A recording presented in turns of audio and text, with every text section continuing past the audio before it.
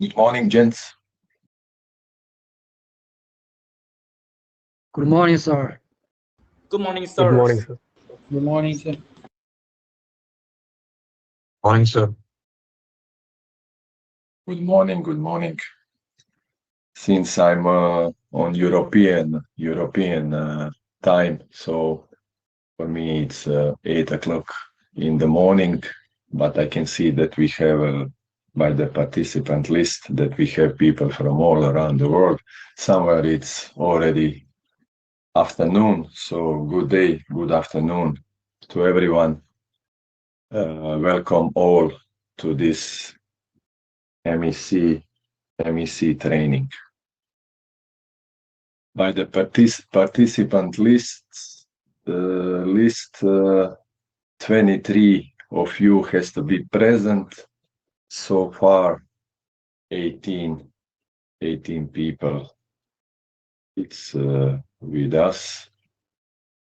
So we can wait maybe 1-2 minutes more, and then we will start with the training. Yeah.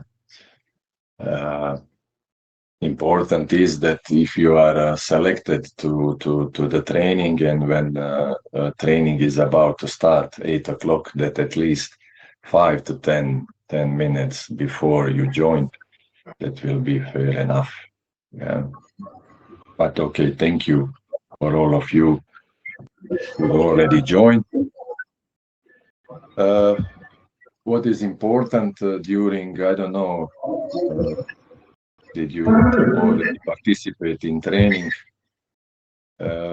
Mics to be off all the time, to not interrupt presentation like now. And it will be maybe good for the beginning that you turn on your cameras, that we can see each other for the introduction, and then afterwards you can freely turn off the camera. Yeah.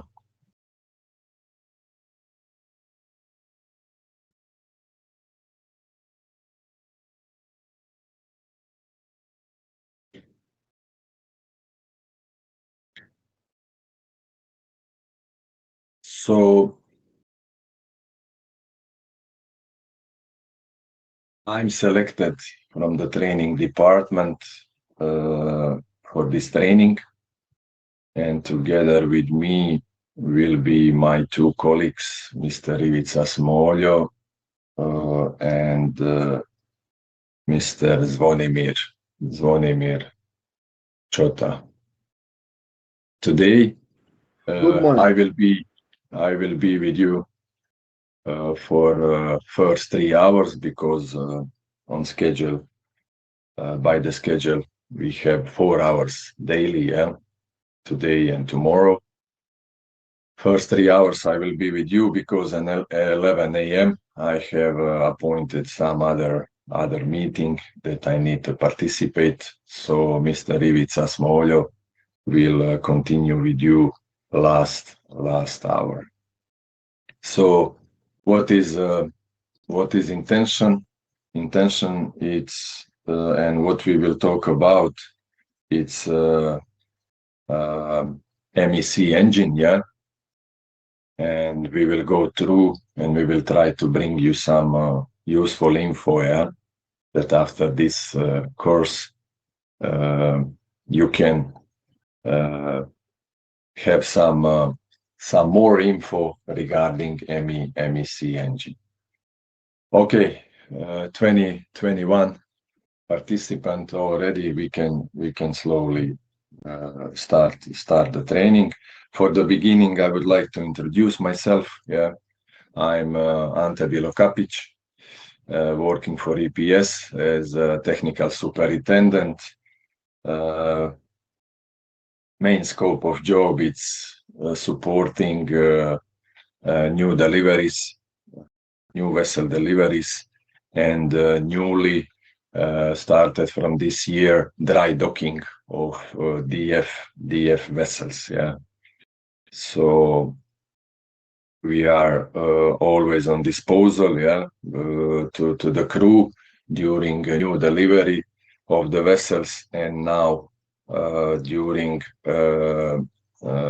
preparation and pre-dry dock and dry docking of our DF vessels. So, like I mentioned before, for the introduction, that you turn on your cameras. Now, from now on, if you don't feel confident and you want to turn off, for me it's no any problem. I will also turn off my camera because anyhow we are focused on my slides later on, and we will follow slides. If something happens during internet connection or something you cannot hear or you don't see the slides, just someone to speak up and to tell me that something is wrong and that I can react. Yeah, thank you. So for the beginning, I would like to play one short video just that you can see this transition from MC engine to MEC engine. What MAN Prime Sale has done, yeah, to upgrade this engine, yeah. So I will share my screen. Just a second.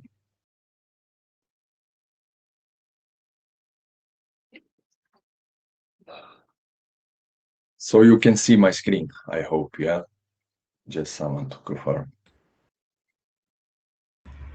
Yes, Santa, we can see. Yes, good. I can hear some familiar voice, Mr. Ivica. Good morning. Yeah, good morning. I was on phone call before. Good morning, everyone. Nice photo, by the way, on the screen. Yeah. This is our hometown, yeah. Okay, I will play this video shortly, and then we will continue with the presentation and the slides. And one more thing, please, since this is a really huge topic, and we have so many uh, uh, um, um, slides, how to say, yeah, to cover. And so if you have some doubts, questions, we have chat. You can freely ask through the chat, and some of us will reply to you. So we will start with this video. Yeah.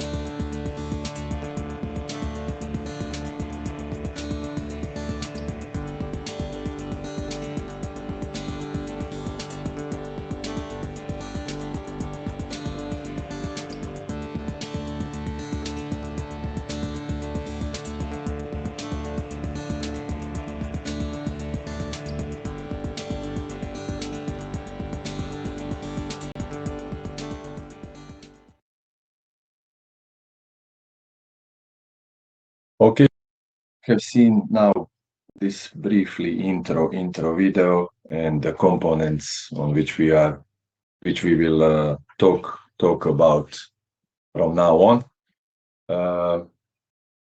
What is the main difference between MC C and MEC engine? The main difference is that MCC engine is use mechanical control via camshaft, as we have seen, yeah, while MEC engines use electronic control for fuel injection and exhaust valves, yeah.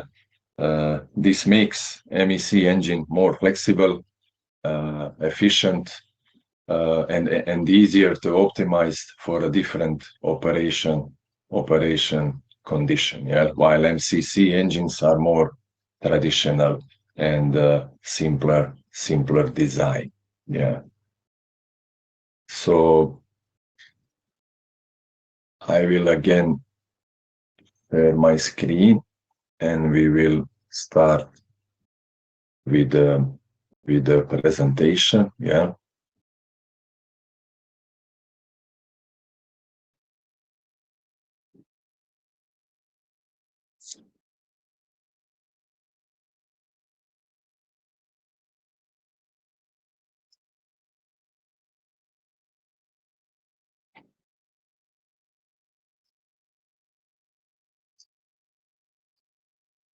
Okay, you can see my screen again, yes. Yes, sir. So okay, we have this is material from MIN Prime Serve, yeah, what we are using for this training, yeah, and this is the first one,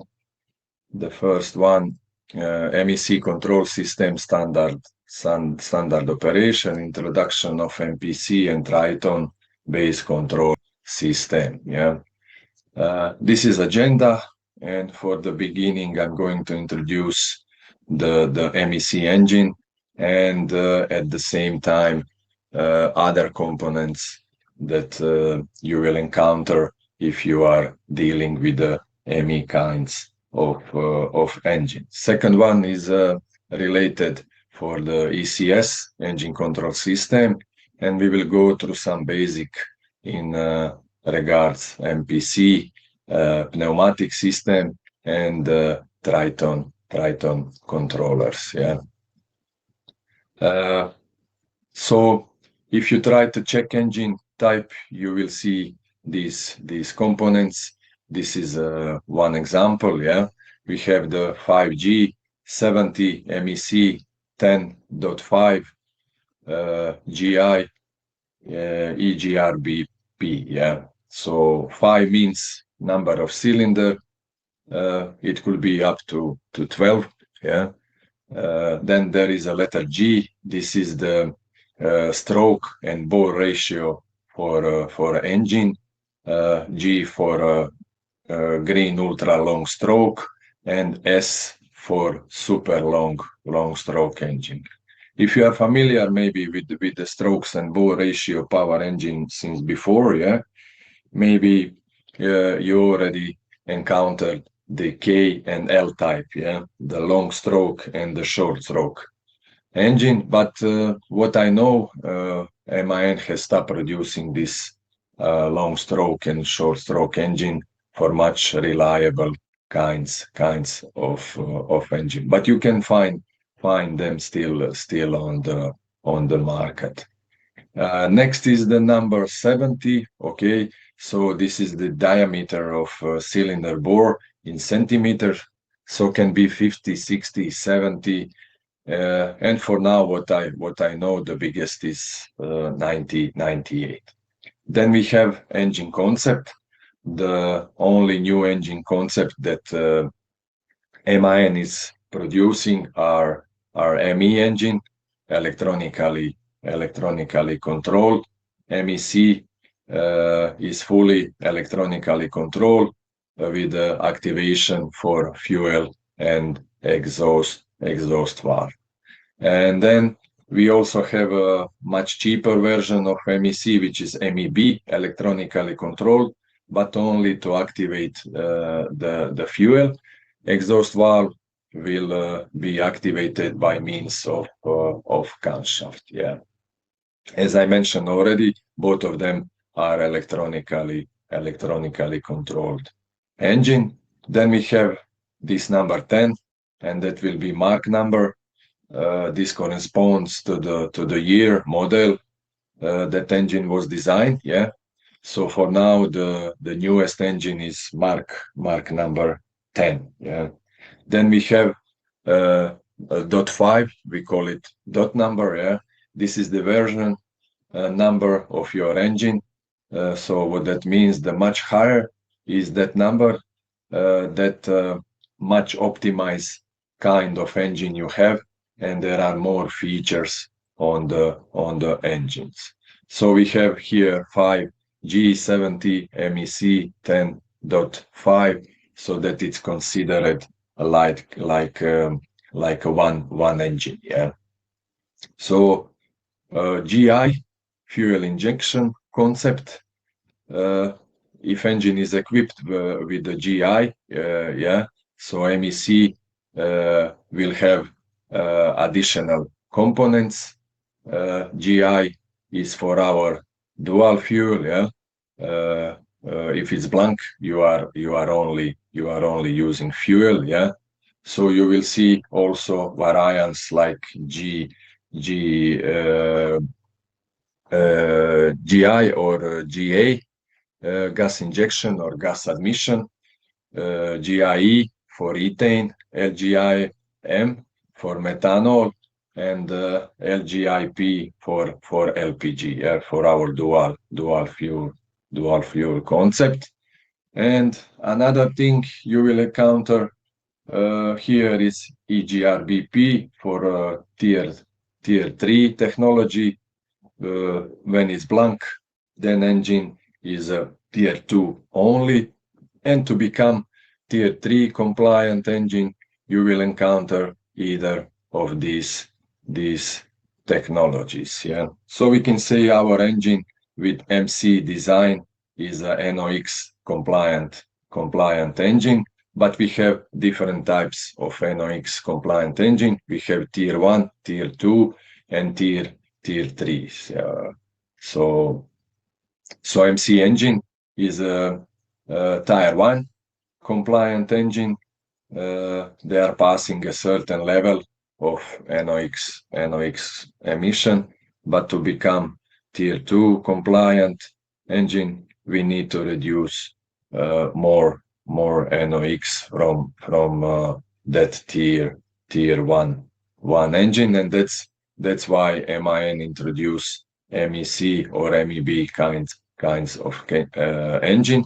It can control now the injection profile, and then there is a tier 3 kinds of engine, means that if vessel needs to navigate or enter the ECA area, emission control area, you need to reduce more NOx. So there will be this e.g. RVP, exhaust gas recirculation, has been introduced, so that we can reduce NOx emission by recirculating the exhaust gas back to the combustion chamber. So we will be going to replace the oxygen by carbon dioxide for combustion. Then there will be HPLP selective catalytic reduction by means of chemical to reduce the NOx.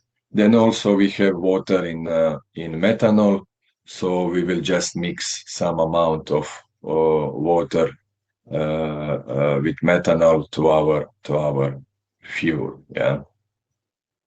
So that will be all for this slide. Yeah. Some explanation of this engine type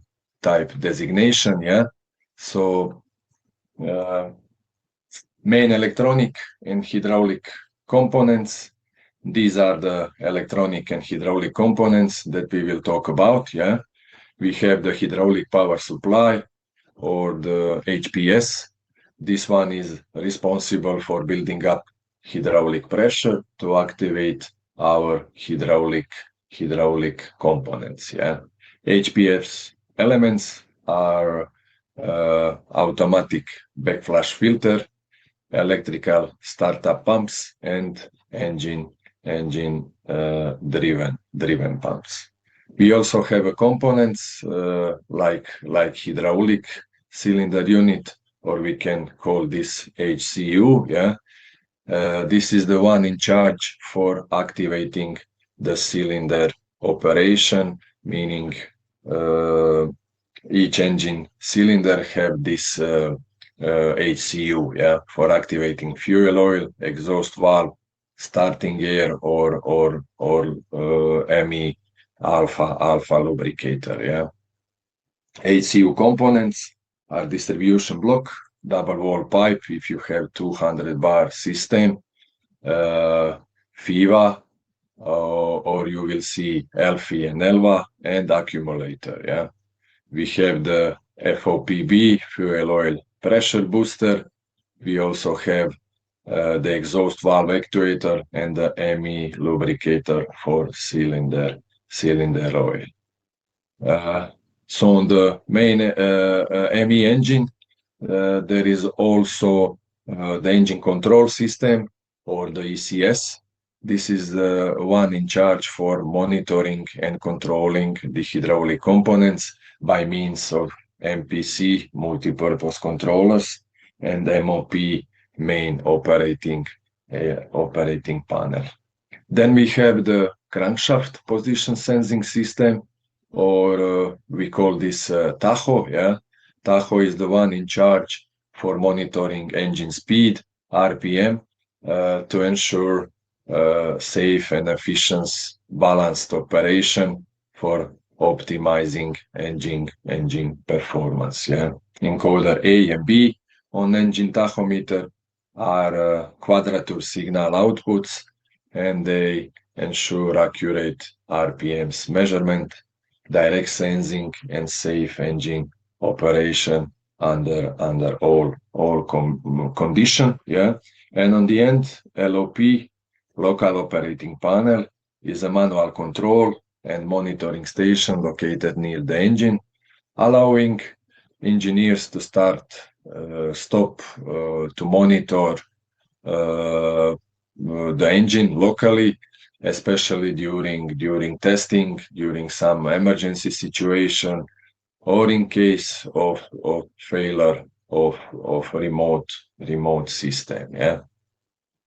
So once again, these are the components that we are going to discuss during our training. Yeah. So hydraulic system. Yeah. So this is how the hydraulic system looks like. The hydraulic system is the one that we will going to use to activate the hydraulic components. The hydraulic system, or the hydraulic oil that we are going to use on this ME engine, is basically the system oil. Yeah, the main lube oil system that you have for engine. Yeah, so it's coming from your main lube oil pump. Yeah, it will go through the cooler, and then to main lube oil 50 micron filter.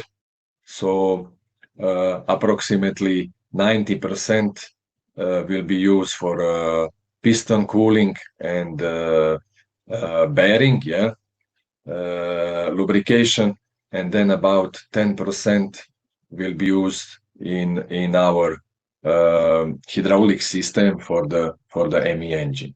It needs to pass first through this superfine 6 micron auto backwash filter to become servo oil. Yeah, this is the oil that we are going to use on the hydraulic power system. basically what we mentioned before. Again, this is our lube oil system. So the servo oil or hydraulic oil will be used by these pumps. Yeah, we have 2 startup pumps and we have 3 engine driven pumps. So if you are from the finish with engine and then you press standby button, 1 startup pump will run first, and we have master and slave, and then the slave will follow up. After reaching some desired set point at standby, the slave pump needs to stop. So during standby, only one it's running. And then if you do some maneuvering, if you are start your engine and the crankshaft is already start rotating, yeah, these 3 engine and these 3 engine driven pumps are also running. And when we reach 15% MCR RPMs, the startup pumps needs to startup pump needs to stop. Yeah, and now the system will control and monitor these 3 engine driven pumps, so above 15% MCR.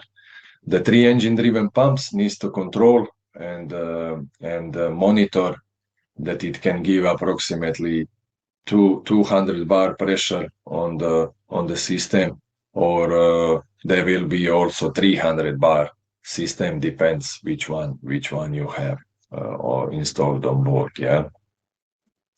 So this hydraulic oil pressure needs to go first to the valve block.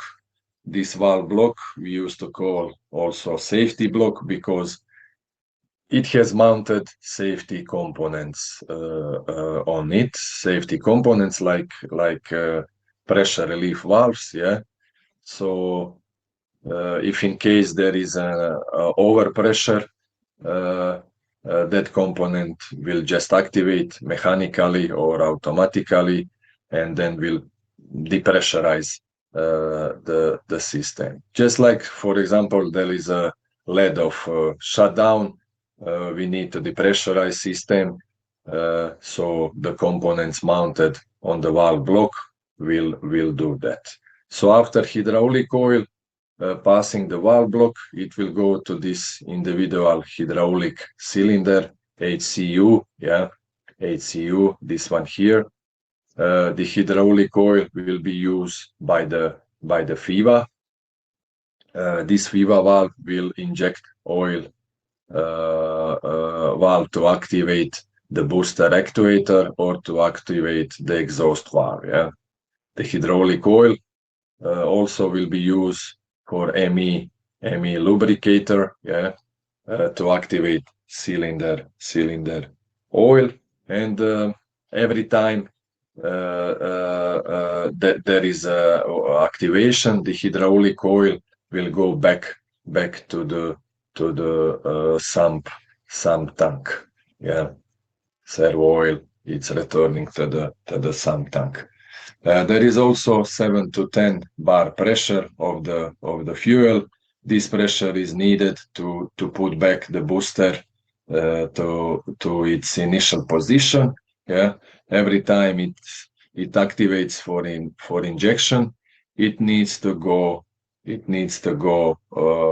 back with the help of this 7 to 10 bar fuel oil pressure. Each hydraulic cylinder unit also are equipped with the individual controllers. We like to call the CCU, yeah, cylinder control unit. It's for each hydraulic cylinder unit, HCU. Yeah, HCU each has CCU, cylinder control unit. So hydraulic power supply, HPS. So this is our hydraulic power supply system. We have here 3 We have the startup pumps, yeah, and we have engine-driven pumps. Again, startup pumps are only used during standby and maneuvering. After 15% MCR, the system needs to use only these engine-driven pumps. Both of them, engine-driven pumps and startup pumps, are swash plate operated. We have here also the drain pipe. The startup pumps and the engine-driven pump needs lubrication and cooling every time they rotate. Yeah, so lubrication and cooling will just from these drain pipes go back to the system oil line, system oil in, go back to system oil inlet. And then we have here the high pressure hydraulic hose, so we can deliver the hydraulic oil to the HCU, yeah, high pressure pipes. HCU, so from some tank oil it's going to the pump to deliver oil to hydraulic cylinder unit, HCU. Each cylinder, we mentioned already, each cylinder is equipped with the HCU. So we have the fuel oil pressure booster here, yeah, to activate the fuel. Then we also have the exhaust valve actuator, so we can activate the exhaust valve to open position. In between the booster and the actuator, there is the aeration unit.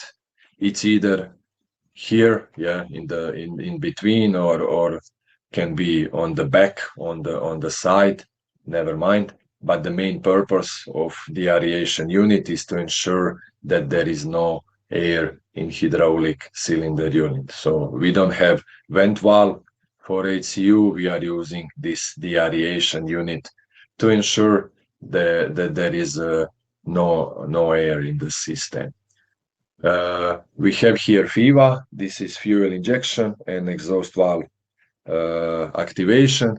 So this is equipped with a pilot valve, so it can activate upward position and downward position for the fuel booster and the exhaust valve actuator. We also have the ME lubricator to activate cylinder oil. There also we can find accumulator or accumulators. Yeah, depends on the size.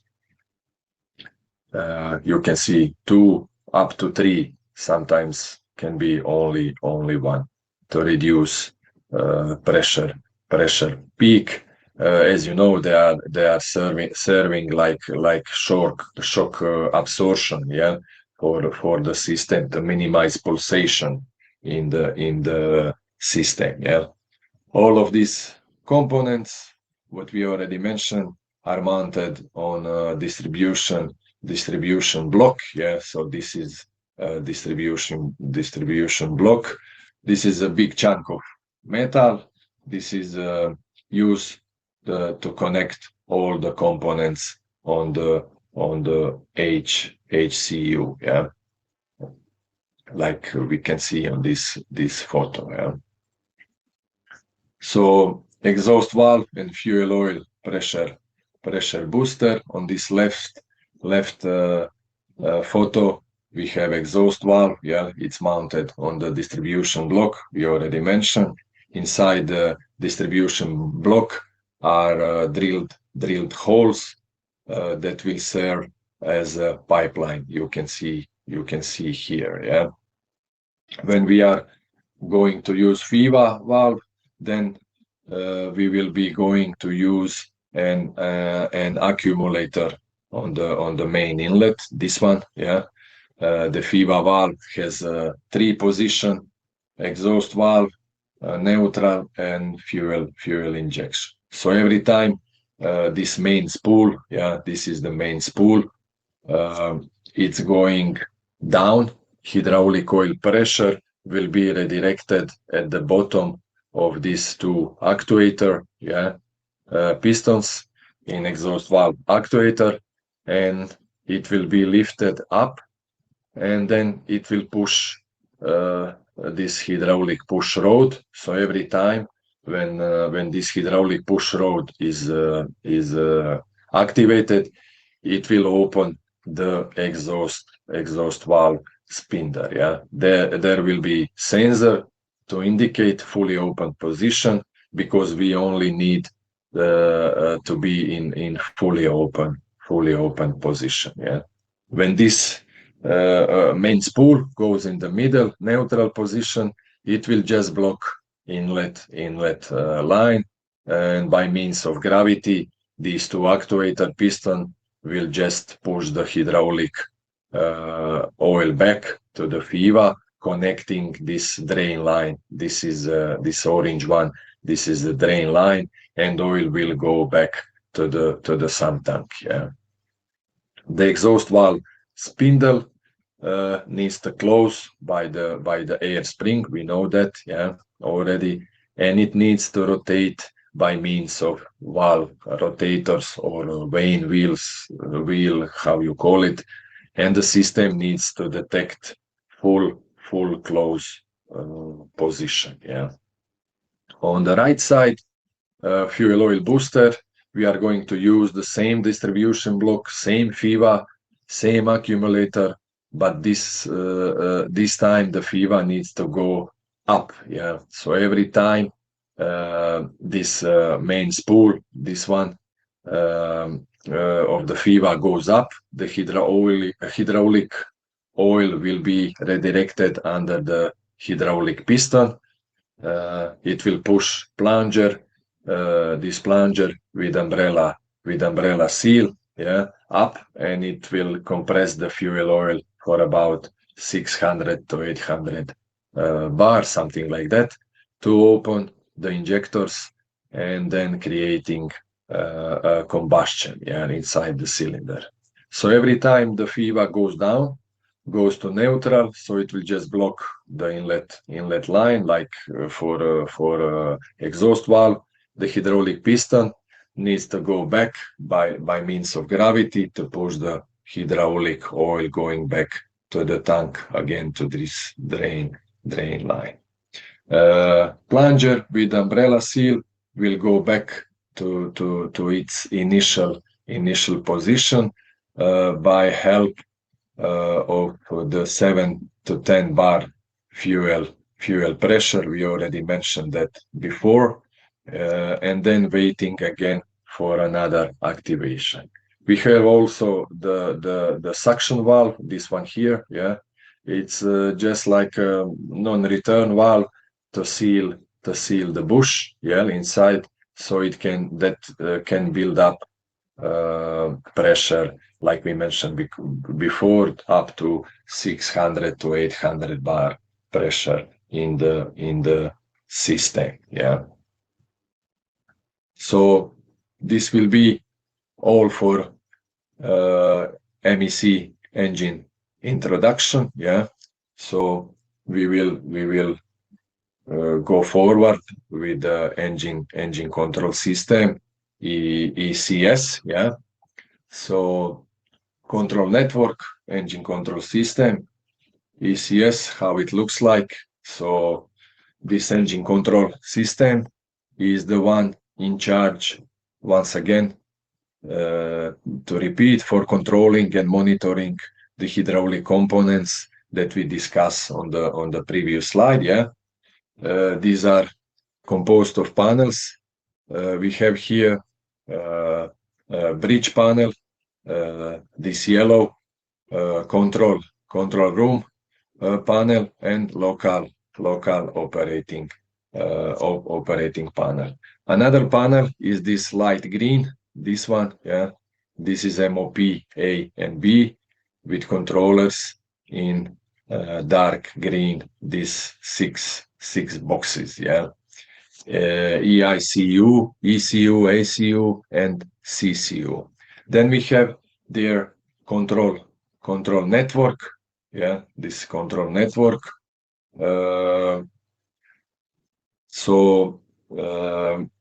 Control network.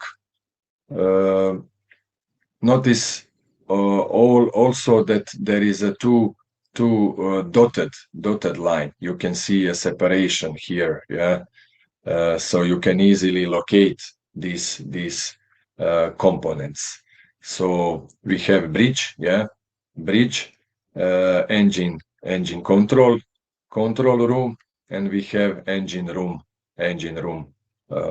part. Yeah, on the bridge control room there is a panel. This is just basically the maneuvering handle. There is a maneuvering handle on the engine control room, and they are also part of our engine control system. Aside from those panels, we have a main operating A and B operating panel. So this is a touchscreen panel as our interface to the engine, so we can adjust, monitor what is happening to the engine. We have two MOP main operating panel, like we mentioned, A and B for redundancy. So we can still have a backup. You will see a lot of redundant system or redundant components in the system. There will be A and B, like you can see here, A, B, A, B. So anything happened to one system, the engine will not be interrupted from running state because the other system will just take over right away. Yeah. So also we have another panel here at the engine side, engine room local side. Yeah. We call that local operating panel, so we can run it locally ahead and astern. Also, we have this EICU. We have A and B, so this is engine interface control unit. This is in charge from the third party system. It's like a translator. Yeah. For example, maneuvering handle.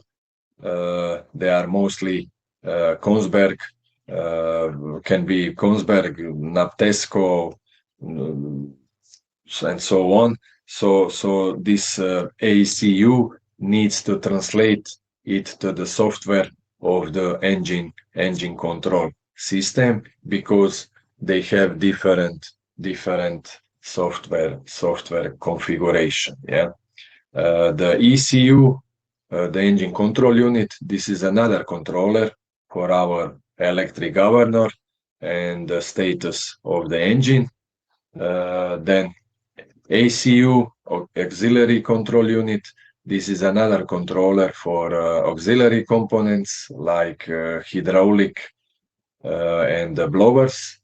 And then we have on the end the CCU, yeah, cylinder control unit for cylinder operation. Yeah, all of these controllers, this dark green, yeah, are called MPC, multi-purpose controller, and they need to communicate to each other, all of them, by means of this control network. This one here, yeah, you can see that they are all interconnected. Yeah.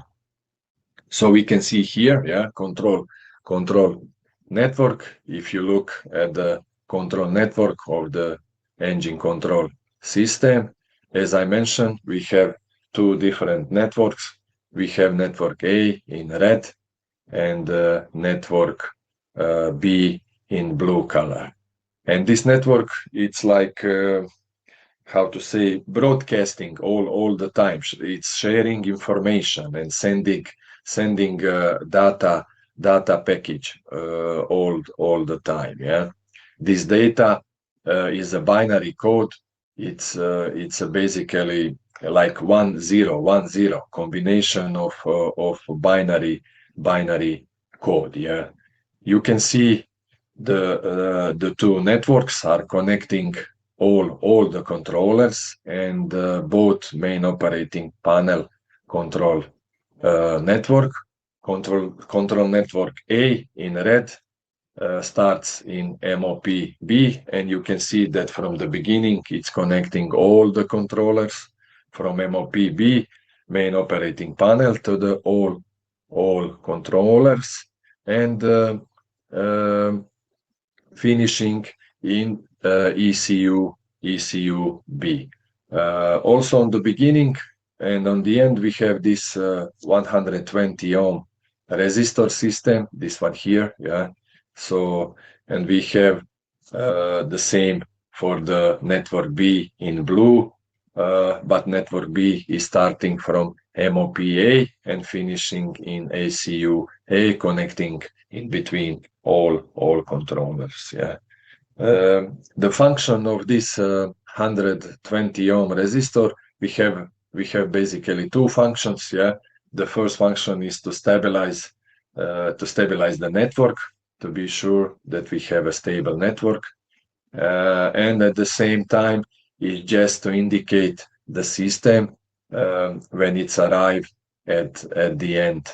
Yeah, to stop the communication, because it means that that has arrived at the end of the line of the network A and network B. It's telling to ECU and all other controllers to stop sending a message, because it comes to the end of the network line.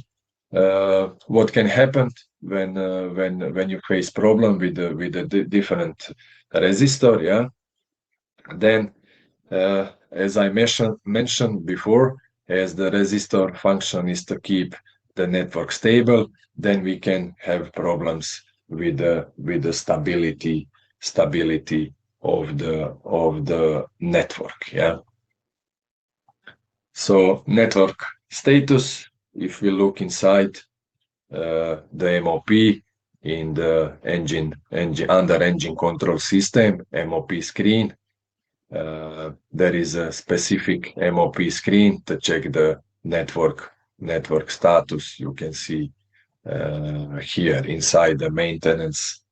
You need to select network status, and then you can see here in the network status we can see some columns, yeah, columns, and we can see some rows. Yeah, we have here both MOP and all the controllers on the top. Yeah, so upper one is controller, and the lower one is a network A and B. So controllers and network A and B. Yeah, these upper columns with controllers are observers. You can see here observers, and they are observing what the rest of the MOP and controllers are doing. Yeah, then in this case now you can see an indication that we are in MOPB. Yeah? So EICU, ECU, and ACU are in OK status. Yeah, you can see this not relevant sign for MOP, because MOP B cannot check itself. Yeah, and you can see no communication status for SCU and all CCU controllers. So our system cannot run, because both of network has no communication with the MOP. You can see down the different indication. As I mentioned, this OK is the status of the network between the different controllers. We have here this indication, no reply signal. Channel if it's failing one network, A or B. No communication, not accessible, for instance, one controller or one MOP. Then online, but no information, not relevant. This green A and B mean the correct reference, and last one, this one in yellow, A and B cross connection. Yeah. Network status. what happens if we have no reply in one single channel. For instance, we can see here in the ECU engine control unit A, this one, ECU A, yeah, we have no reply in this single channel. That means that we have problem in this single channel for the network in the engine control unit, but still we have network B active. The ECU will be working because we have another channel. Yeah, our engine can run without any problem, but of course we need to fix this issue as soon as possible, because if you lose in this second network, then you can have problems with the running engine. Yeah. And third one, I will show you now what happened in case we are losing both networks. Yeah, this is how it looks like in the MOP when there is no connection in network A and network B. For example, ECU A. Yeah, ECU A. You can see A and B. It's in red. Yeah. So can we run now the engine normally? Yes, because we have ECU B. Yeah, we have ECU B for redundancy. We don't have accessible ECU engine control unit A, but we still have accessible and operational ECU B. The unit B will take the control automatically. Yeah? That's the difference. So multi-purpose controller, MPC, very important component in the system. This is our controllers, multi-purpose controllers that we call MPC. Yeah? As I mentioned, this is hardware wire is exactly the same, but different configuration is inside. Yeah, if you look at the controller, yeah, there is a cable map here. Yeah, cable map where we can see the name of the different components here. And the name of the different connectors and different fuses in the MPC. Yeah, connectors are related to input and output channel. Yeah, we have here the power plug, and this power plug has two different power source coming to the MPC. One is from the UPS for redundancy. We have different fuses, sun-fill fuses. Not all of these fuses are monitored by the system. Only few fuses are monitored, and it's giving you alarm if one of the fuses it's blown, but not all of them. Yeah. Then there is DIP switches for programming the ID key. Yeah. This is just in case that you need to exchange your ID key, and the ID key is telling MPC the function that should be performed. Yeah. For instance, the cabinet for the ECUA has its own ID just to tell the MPC inside this cabinet that has to develop the function for ECUA. Yeah. Then you need to put the IP switches in a specific position. You have this information in the instruction manual, so specific procedure of programming the ID keys. Yeah. And if we look from the side, this one here is a detailed view that you can see. This is a reset push button. While the engine is running, please don't push this reset button because it will reboot it. Then you can lose the control for this function developed by this controller. Yeah, and you can see some DIP switches for internal programming. This is the normal position of DIP switches. 1 and 8 should be off, and the rest should be on. We have also LED indication that it's LED indication that it's showing the status of the MPC. It could be constant light or flashing. Yeah. Also, we have battery for internal clock. This one here. You need to exchange the battery when the engine is secured and the vessel is at port. Please don't exchange the battery while the engine is running. Of course, because if you exchange the battery, this controller again will be rebooted. Yeah. Sometimes can happen that you receive a low battery alarm, but this is not critical. It's only for synchronization.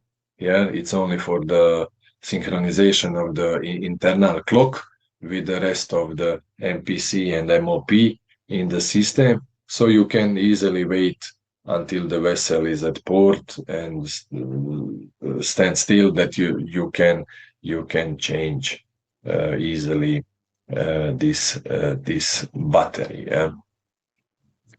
So LED information. Let me see.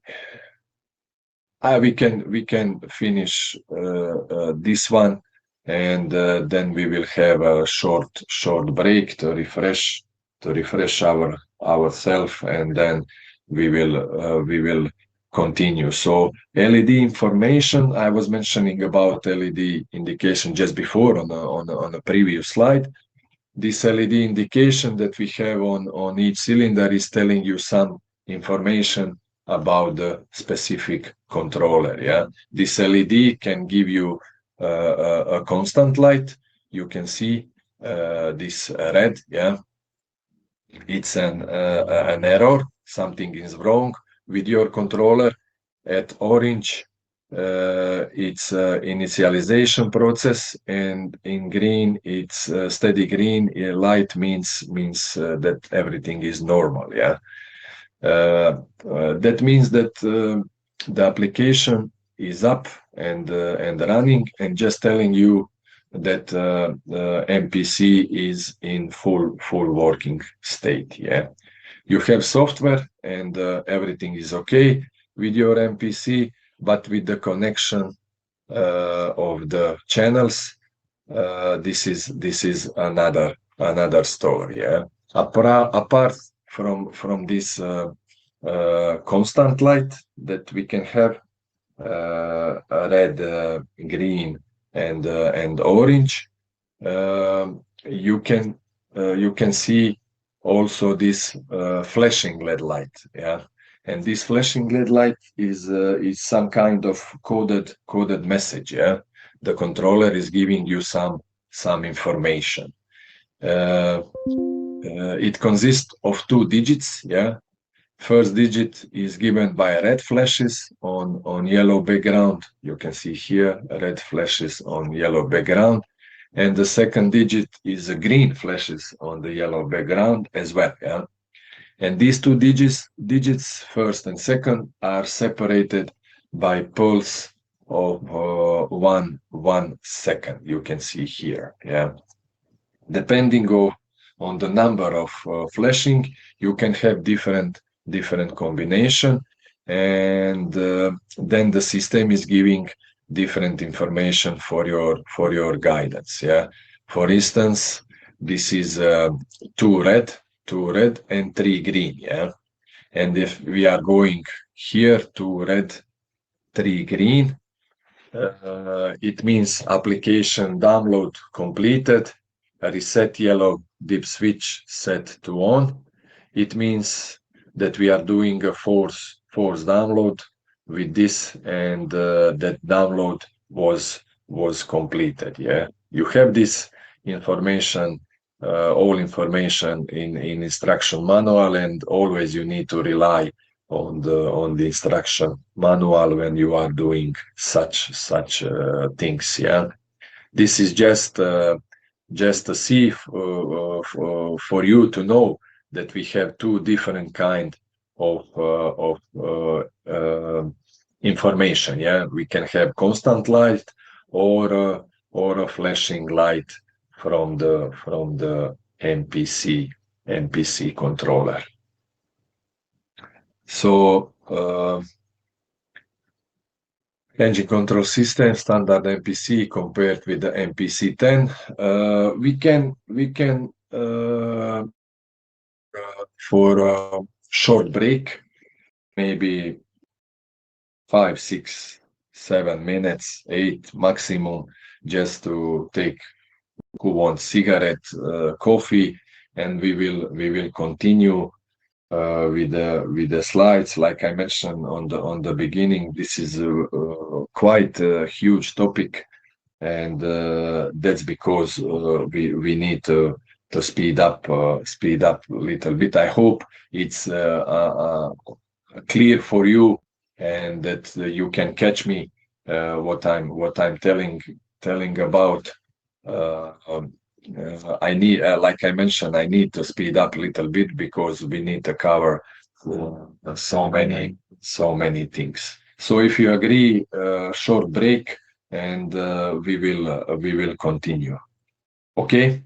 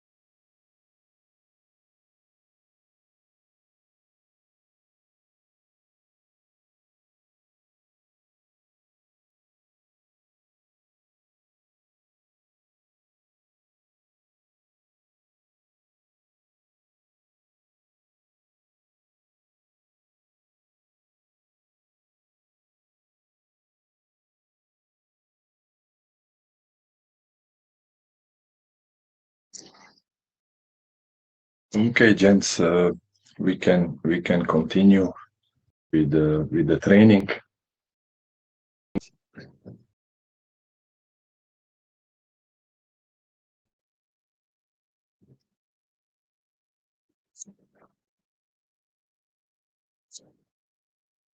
So we stop here. Standard MPC compared with the MPC 10. Nothing special. Here, this is a standard MPC, and we have this is a standard MPC, and we have another version, another layout of the MPC that we call MPC 10. Only to remember, and that you know that this MPC 10 it's only used for CCU, cylinder control units, and the main reason behind that was for coastal reduction, to have a cheaper controller. And now you can see here the differences in size, weight of the cabinet is much smaller compared to the standard MPC. You can see 20 external connection in compared to 55 external connection. And then we have the sheltered electronics in the MPC 10 and non-sheltered in the MPC. But only to remember, if you see this configuration on board, you will see this MPC 10 only in the cylinder control unit. This is a MPC and control network summary.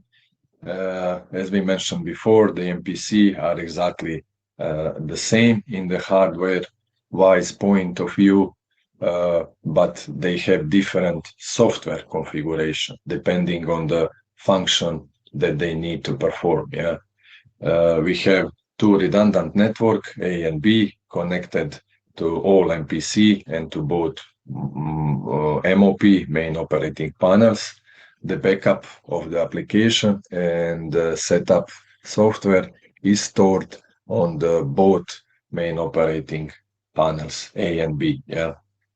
So if you replace a new controller, this controller will be reconfigured by means of ID key, telling this MPC what to do, what function they need to perform, and the correct software will be downloaded from the MOP through the control network. Yeah, from one of the MOP could be MOPA or MOPB.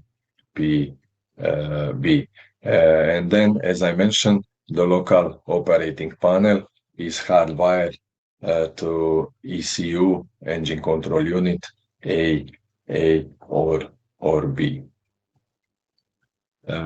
Engine interface control unit, EICU. You can see here the two engine interface control unit for redundancy, A and B. As you already know, in this engine interface control unit are coming different signal for external system, this third party system. One of the main functions of this engine interface control is to translate these signals from the signal system to be understood by the ECU, engine control system. Yeah. Then these controllers are receiving signal from the power management system. It's collecting the signal from the speed command and stop signal from the maneuvering handle. It has communication by means of serial communication, this RS422, you can see here, yeah, RS422. From the remote control system, we already mentioned, can be Kongsberg, Siemens, ABB, as well is connected to the alarm system, yeah, and it is connected to the safety system. And from the safety system, it's going direct shutdown signal in case that we have a shutdown. Yeah, it's sending direct signal to the engine engine control unit as they are acting on the governor and to the CCU, cylinder control unit, to cut the injection in all the cylinders to stop the engine. Yeah. ECU start block and checklist. This is from MOP, well known. Yeah, same like on every engine. Main state shows the main state of the engine. Finish with engine. Standby at sea. Yeah.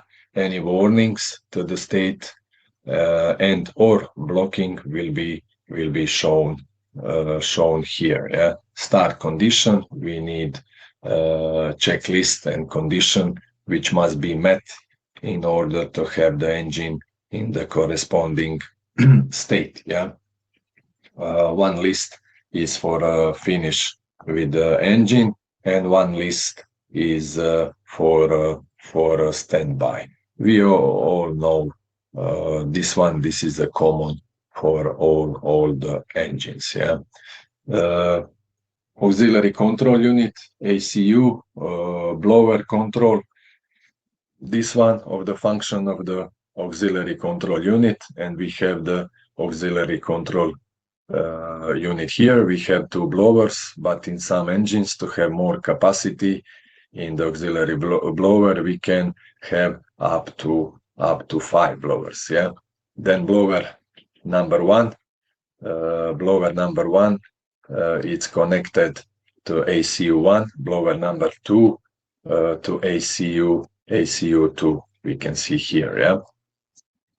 In case that we have 3, 4, and 5, 3 is connected to number 3, 4 is connected to number 1 again, and 5 is connected to number 2. Yeah. The blowers we already mentioned are started one by one to prevent overload in the electrical system. Yeah. You can run the blowers into different modes. You can run blowers in auto mode and manual mode. The blowers are started when you press the prepare start button in the operation screen. Yeah. With the engine running, these blowers are controlled by means of the scavenge air pressure.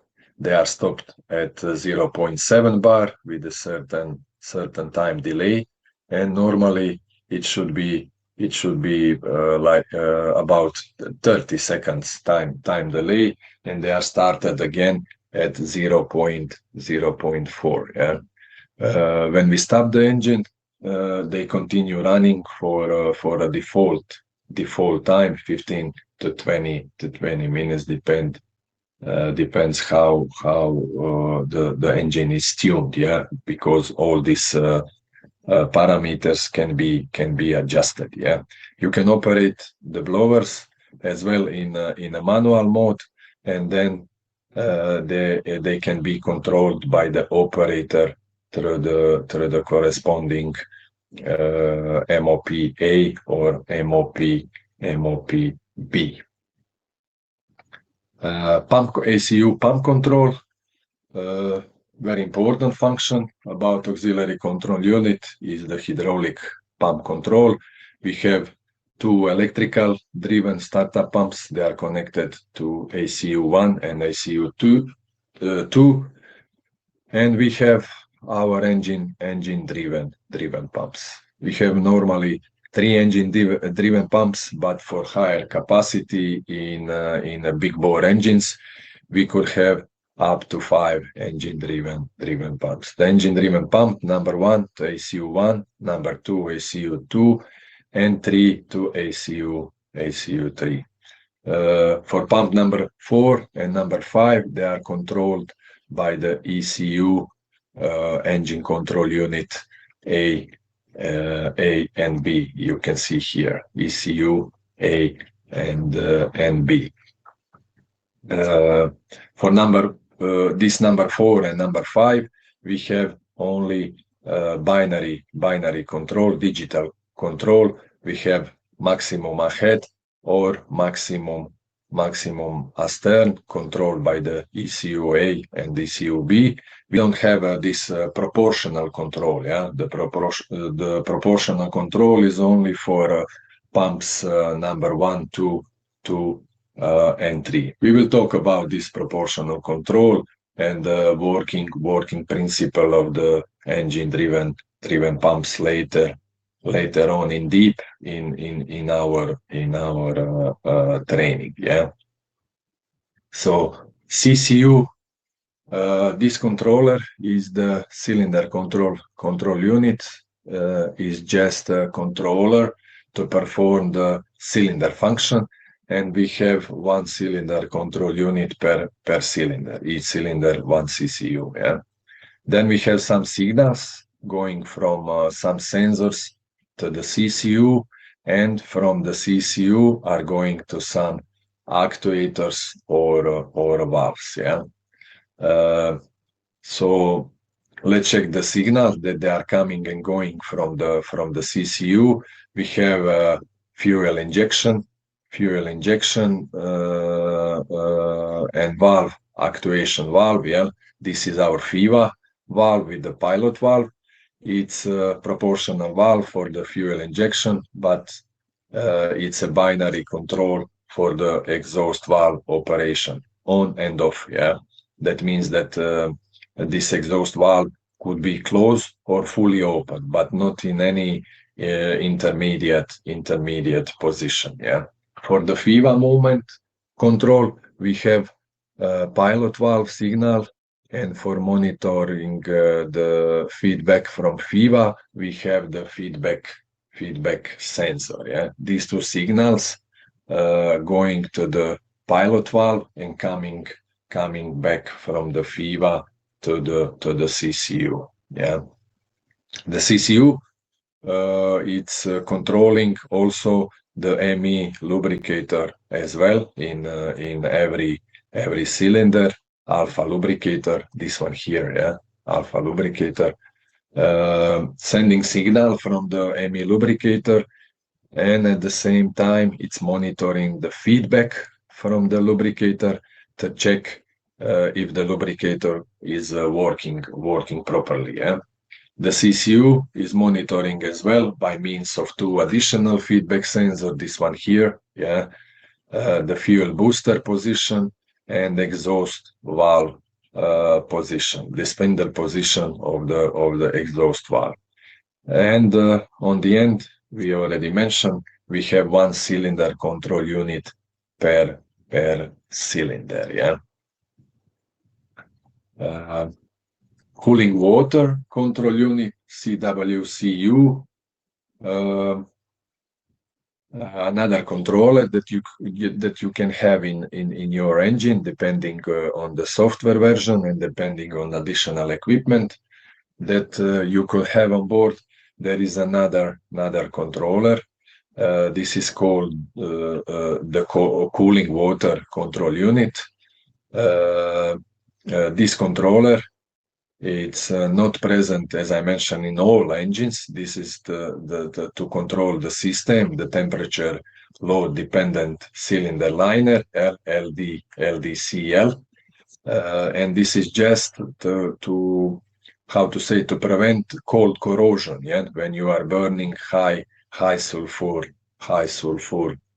fuels. Of course, we know that nowadays, if you have high sulfur fuels, your vessel is equipped with a scrubber as well. Yeah, but if you are using low sulfur fuel instead, and you have this system, then this system has to be stopped. Yeah, in some software version, you need to disconnect manually. Yeah, this system. But in other software version, as the system knows percentage of the fuel, because you are manually entering percentage of the fuel, it's not necessary to do manually because the system will do it automatically.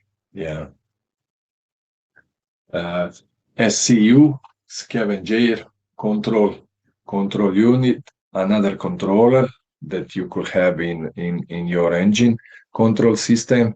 This is the scavenge air control unit, and this scavenge air control unit is not only present in ME engine, yeah, they are also present in the conventional engine, MC, MCC, MEB, and this SCU is controlling different actuators on the engine. You can see down there, yeah. It's controlling the VTA actuator for MAN turbocharger, yeah. The VTA system works by adjusting turbine vanes to precisely match the charge air volume to fuel quantity, improving dynamic performance, reducing fuel consumption, and to allowing engines to operate more efficiently, yeah, at low loads. VTG is the same system, but for ABB, ABB turbocharger. So you can have MAN turbocharger and ABB, and then sorry, this controller can control variable bypass valve and on-off bypasses. Yeah, you can see in this example from the MOP and this picture, you can see this exhaust gas bypass valve, this one here. This is a proportional valve. You can see the percentage of the valve, and here, and this ECU, it's controlling all these actuators, yeah, like we mentioned. Main operating panel, MOP, we have this main operating panel. This is the human machine interface for the operator to communicate with the engine control system. We have two panels, MOPA, MOPB. Both of them, they are marine approved PCs, yeah, with Windows software inside and integrated PC. This is how it looks like in the reality, in real life, and they are more or less quite similar, but there are some small difference between MOP and MOPA and MOPB. Both of them are touchable screens. MOP has a trackball and it's used for daily operation of the engine. MOP has a keyboard with a mouse, and apart from this daily operation of the engine, we have additional feature in the MOPB for troubleshooting of the engine. These are the mainly focus for help you to support you in troubleshooting. For any troubleshooting, you will use MOPB. Yeah. This is an example in the engine control room for the main operating panels. We can see both main operating panels A and B. You can see from outside they look the same, yeah, but MOP, like we mentioned before, have additional features compared to the MOPA. And we have here our third computer for the PMI, COCO CDS, all nowadays for the EMS engine monitoring system. And also you can see the screen for the safety and alarm system for the AMS. Yeah, these two systems. Local operating panel. About the local operating panel, we cannot call emergency panel anymore like on MC engine because we need engine control unit ECU in service. As we need the governor function, at least one of the ECU should be in operation. You can see here these two examples. Yeah, this is MAN design, and this is NAPTESCO. Yeah, more or less they are quite similar. There are some small difference For instance, in the Naptesco, we have this knob, this knob for the speed command for ahead and astern. And MAN, we have buttons, we have here buttons to increase, decrease speed command, but of course the function are exactly the same. Now we will go through a little bit through the pneumatic system. Pneumatic system for ME engine. I believe all of you are familiar with the conventional engine. That pneumatic system was so quite complex. I would say a lot of components, But this pneumatic system in the ME engines has been simplified a lot if you compare with the conventional engine. This is how it looks like. This is a presentation of the pneumatic system for the ME engine, and we still have the starting air valve on each cylinder. And for the starting air valves, we are using 30 bar pressure, and these starting air valves are piloted by means of this pilot air valve. This pilot air valve is normally closed. These normal closed valve are receiving 7 bar pilot air from the control air system. This pilot air valve needs an electrical signal from the CCU, to activate the specific cylinder depending on the position of the crankshaft. Pilot valve, it has a connection for 30 bar pilot air inlet from distribution block valve, and by means of this electrical signal and this 7 bar connection, it's sending this 30 bar air passing through the valve and piloting starting air valve. And as well, it has this blow off pipe just to release the pressure when it's not activated. On the right side, you can see how it looks like in a real life. On this photo, you can see starting air valve, pilot pipe connection, this one, to the starting valve in the specific cylinder.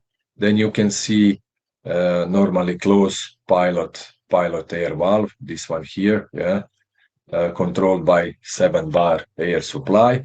And then we can see here the electrical connection coming from the CCU to activate that specific cylinder depending on the position of the crankshaft. So starting and control air system, slow turning. This is a slow turning pneumatic diagram. We know that we can run engine in slow turn.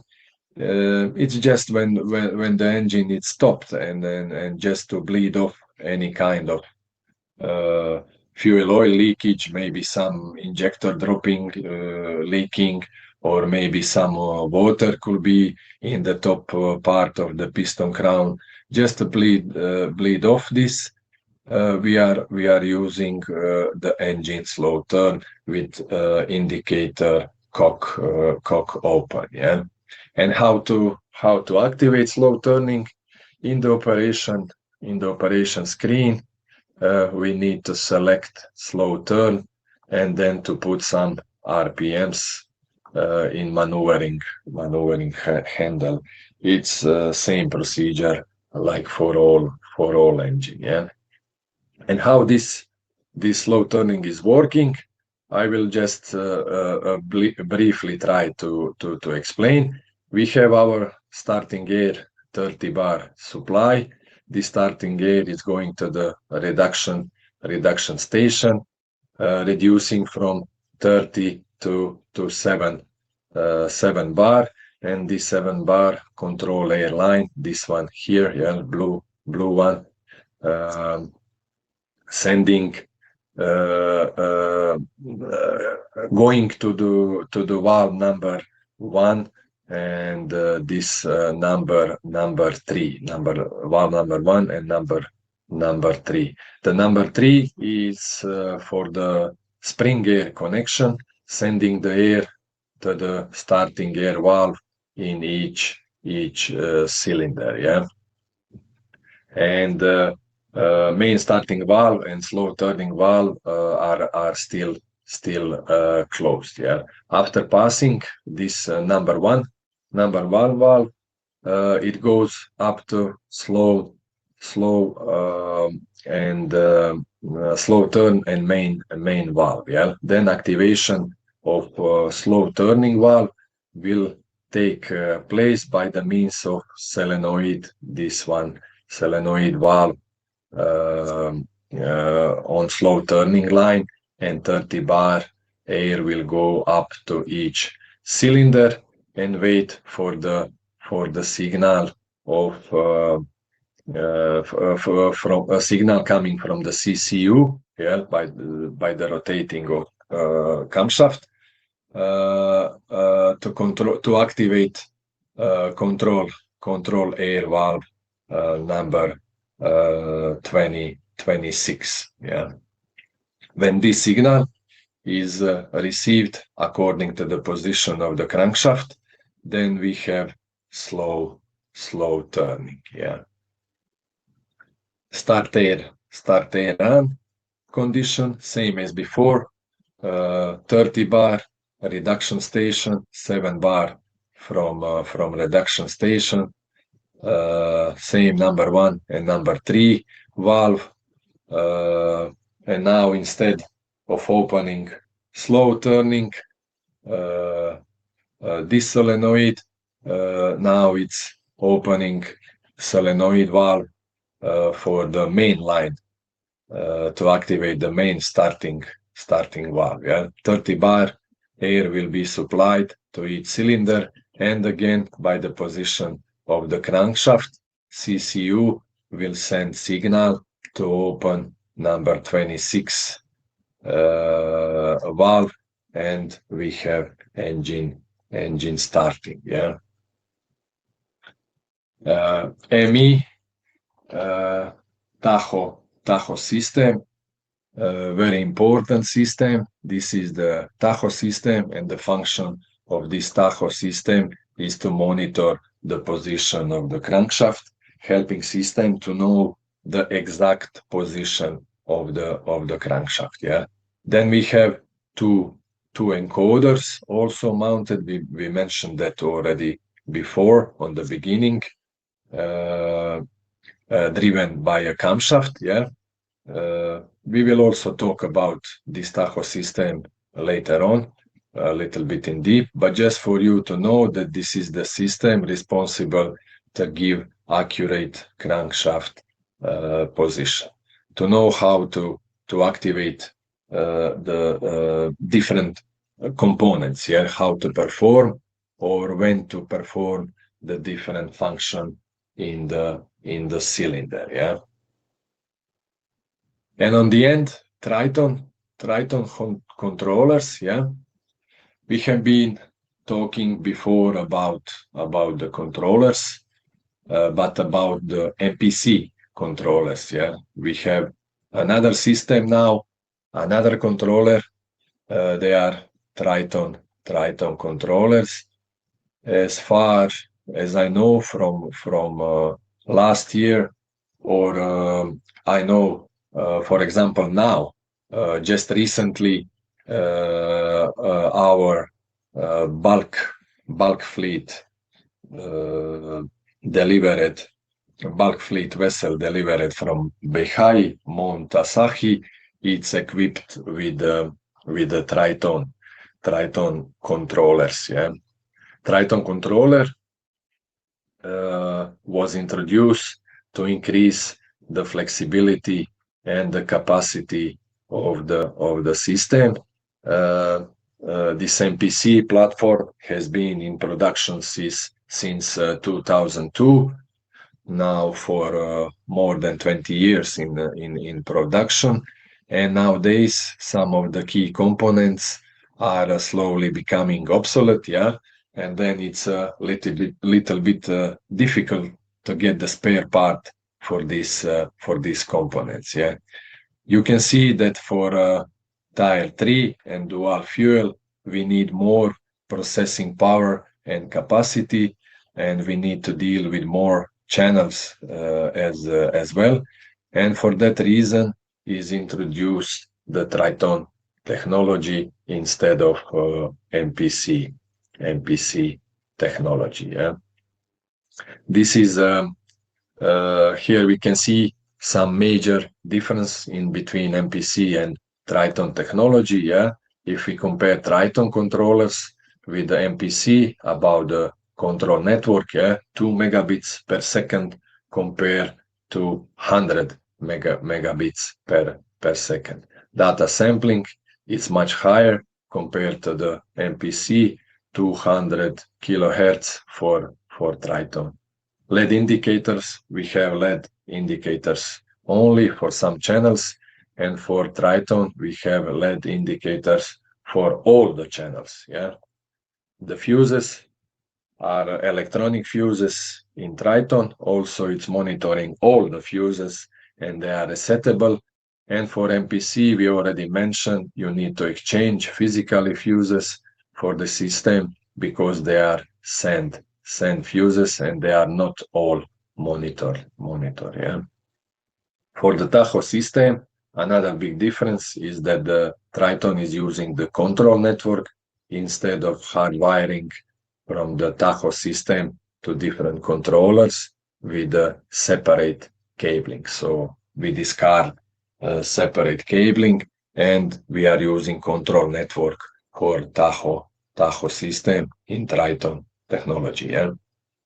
The spare parts in the MPC, we need to exchange the complete controller. If you remember, we have here electricians, so they already know that you need to exchange complete controller. But Triton is a modular design, yeah. Then we can replace only the specific module that is damaged. Yeah, we don't need to replace complete controller, and this, of course, this is a much cost effective. Yeah. And this is how it looks like, Triton controller. This is one example. Base and modules in die-cast aluminium. This is a base, yeah, made from aluminium. And then there are some slots in the base, and these slots is just to connect the different modules from the controller. Yeah, we have CPU module, central processing unit. We have module from digital and analog I/O signals, input and output. We have the module for the communication in Ethernet network protocol. For the network, this is a Modbus. Yeah, we have another module for the power supervision, and we have some free slots just to install future modules, just to increase the capacity. And this is how it looks like. ID key, yeah? And the ID key is connected to the CPU. Yeah, we can see here. This is the CPU. Yeah, this is how it looks like. We have some LED indication. Yeah, we cannot see very clear now, but there is some LED indication giving some information about the status of the controller. We have display. Yeah, this is another advantage, another difference compared to the MPC. No display in the MPC. We saw already. We have some navigation buttons. We have the USB service terminal. This is for a service engineer to connect to the specific controller. Yeah, and ID key, it's connected here. Yeah, ID key, and we have two connectors for Ethernet network A and for network B, control network. Yeah, these are the connections. Yeah.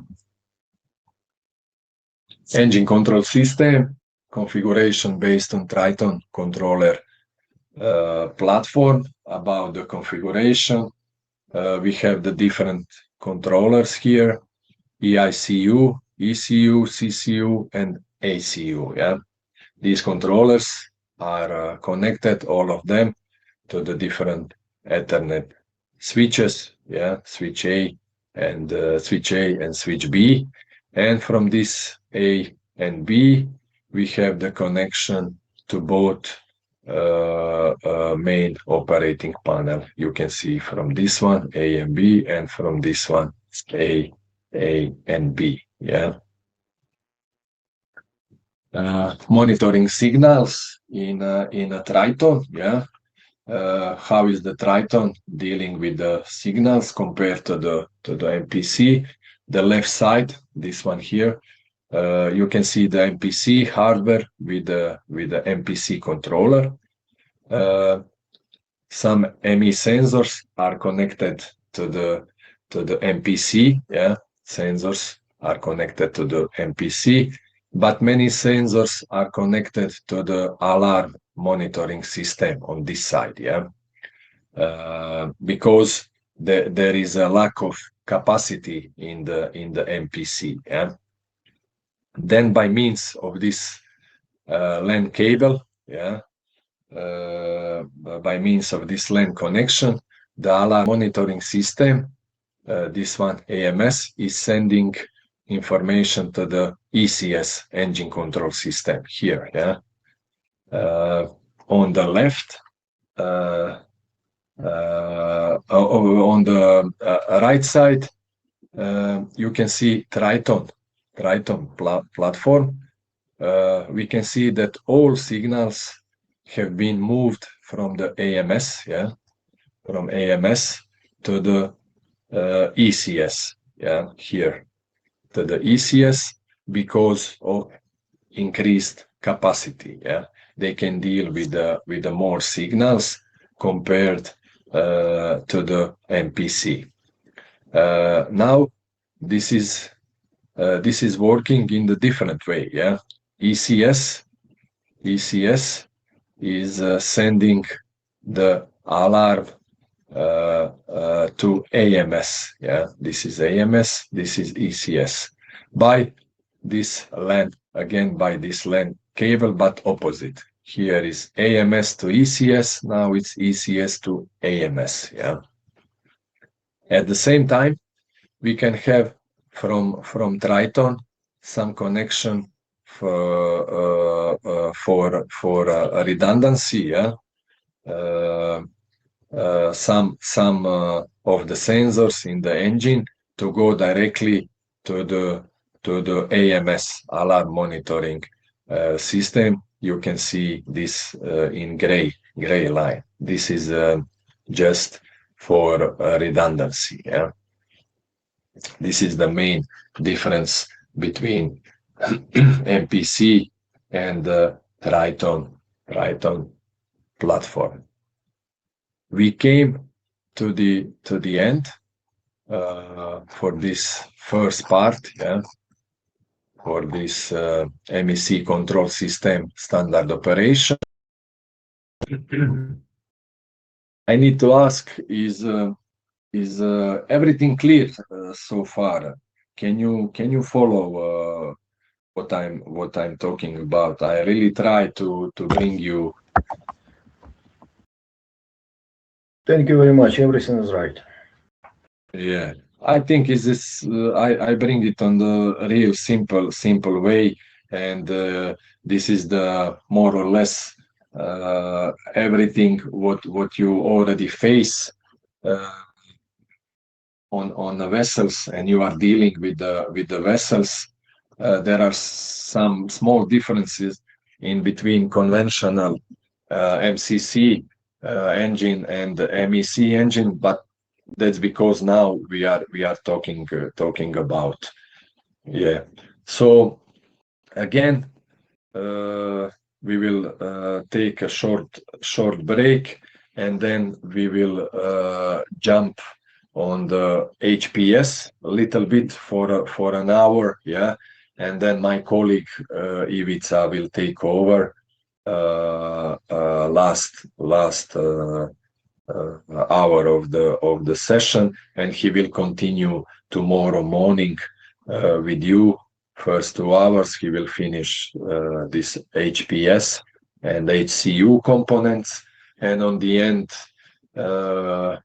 PMI COCOS EMS uh, engine monitoring system. My colleague Shimun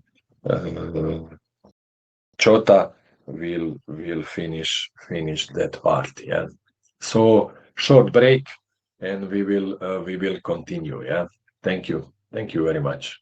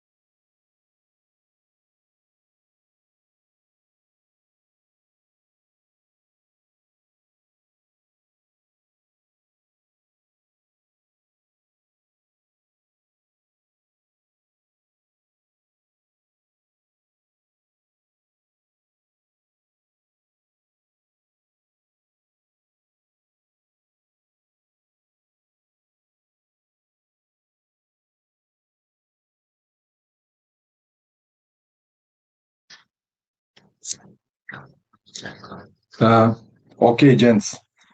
I just had a telephone call. I will need to join this meeting.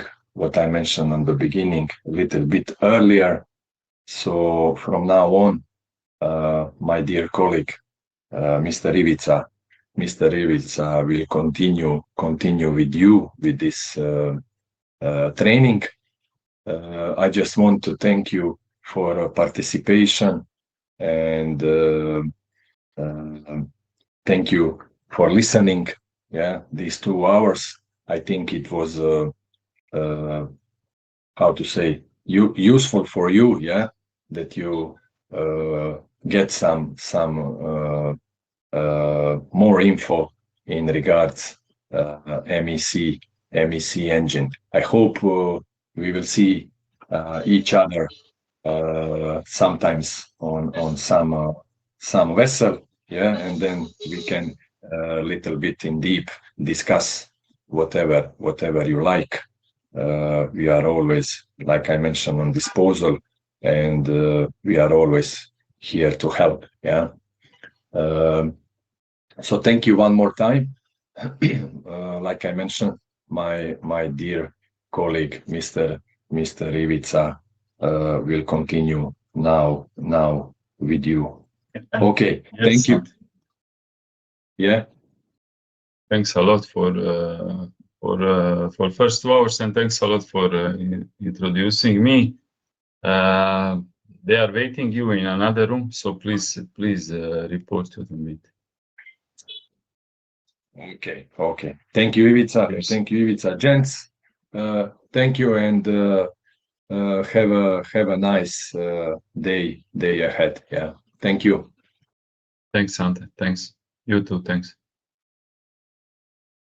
Okay, guys. Hope you can hear me clearly. Yes, sir. Loud and clear. Excellent. Yes, we can hear you, sir. Excellent, sir. Thank you very much. Hope everyone doing well. I monitor a little bit. Ante was with you for the first 2 hours. I'll be jumping now. So we will continue for almost next 2 hours. I would like to move on as per the schedule on the hydraulic system. So just a little bit. Just to have. Okay, I will share my screen, and then I need. Can you see the screen?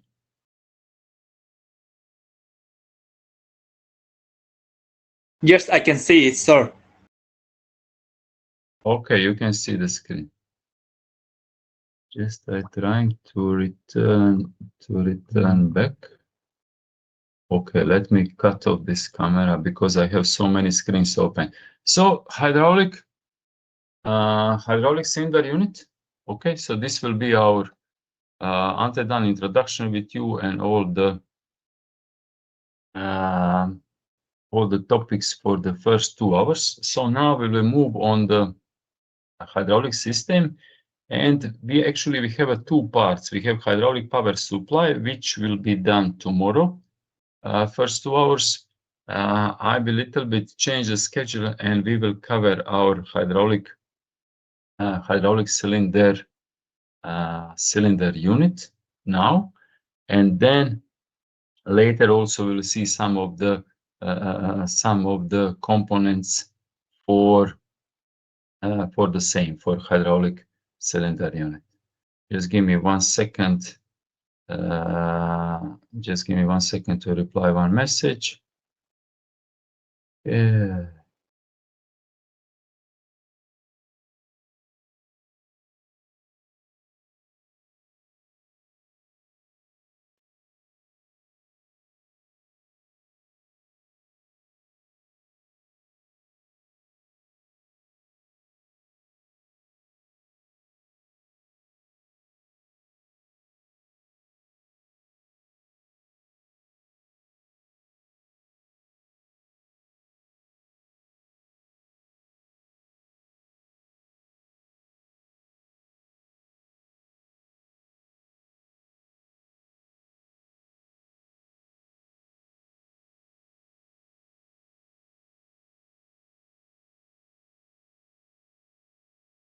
Okay, hydraulic cylinder unit screen, you can see, you can hear me. Okay, let's start. Sorry, I was just replying on some of the messages. Is this better like this, like full screen?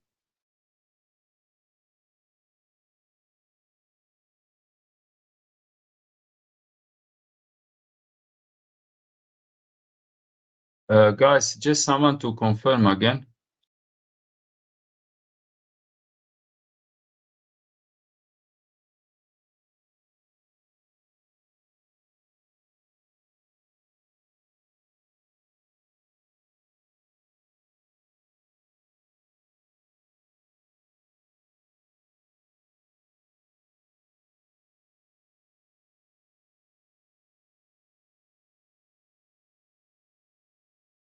Can you hear me? Yes, I can hear you, sir. Excellent. Sorry, I have too many screens open at once, so better I check with you guys before I start. Thanks and sorry for that. Okay. So hydraulic cylinder unit. Let me enlarge the screen. Okay, you will see now. This is our materials, as Ante mentioned earlier. Allowed from the MAN, now called Everlens. From last year, they changed the name to Everlens.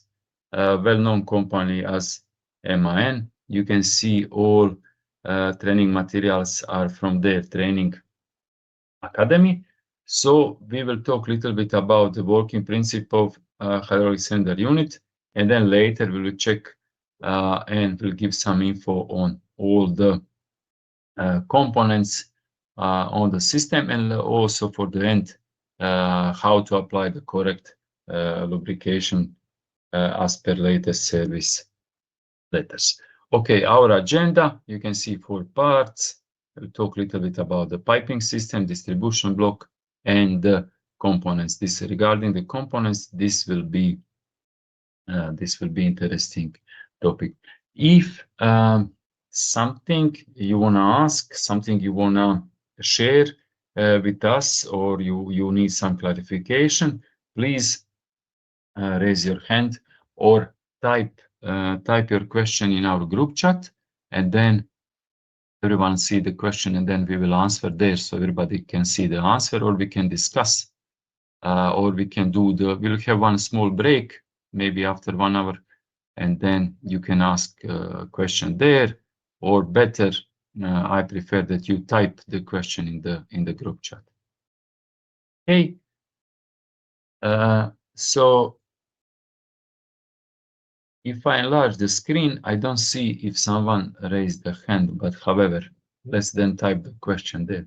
So hydraulic pressure pipes, 200 or 300 bar system. We will see the design and how this one is working. So we see our MEC engines, they are electrically controlled, but hydraulically operated. So this is the basic thing with our MEC engines, and with this improvement, which is for quite some time now already in service, but still we are training, and we are shifting the people to those vessels.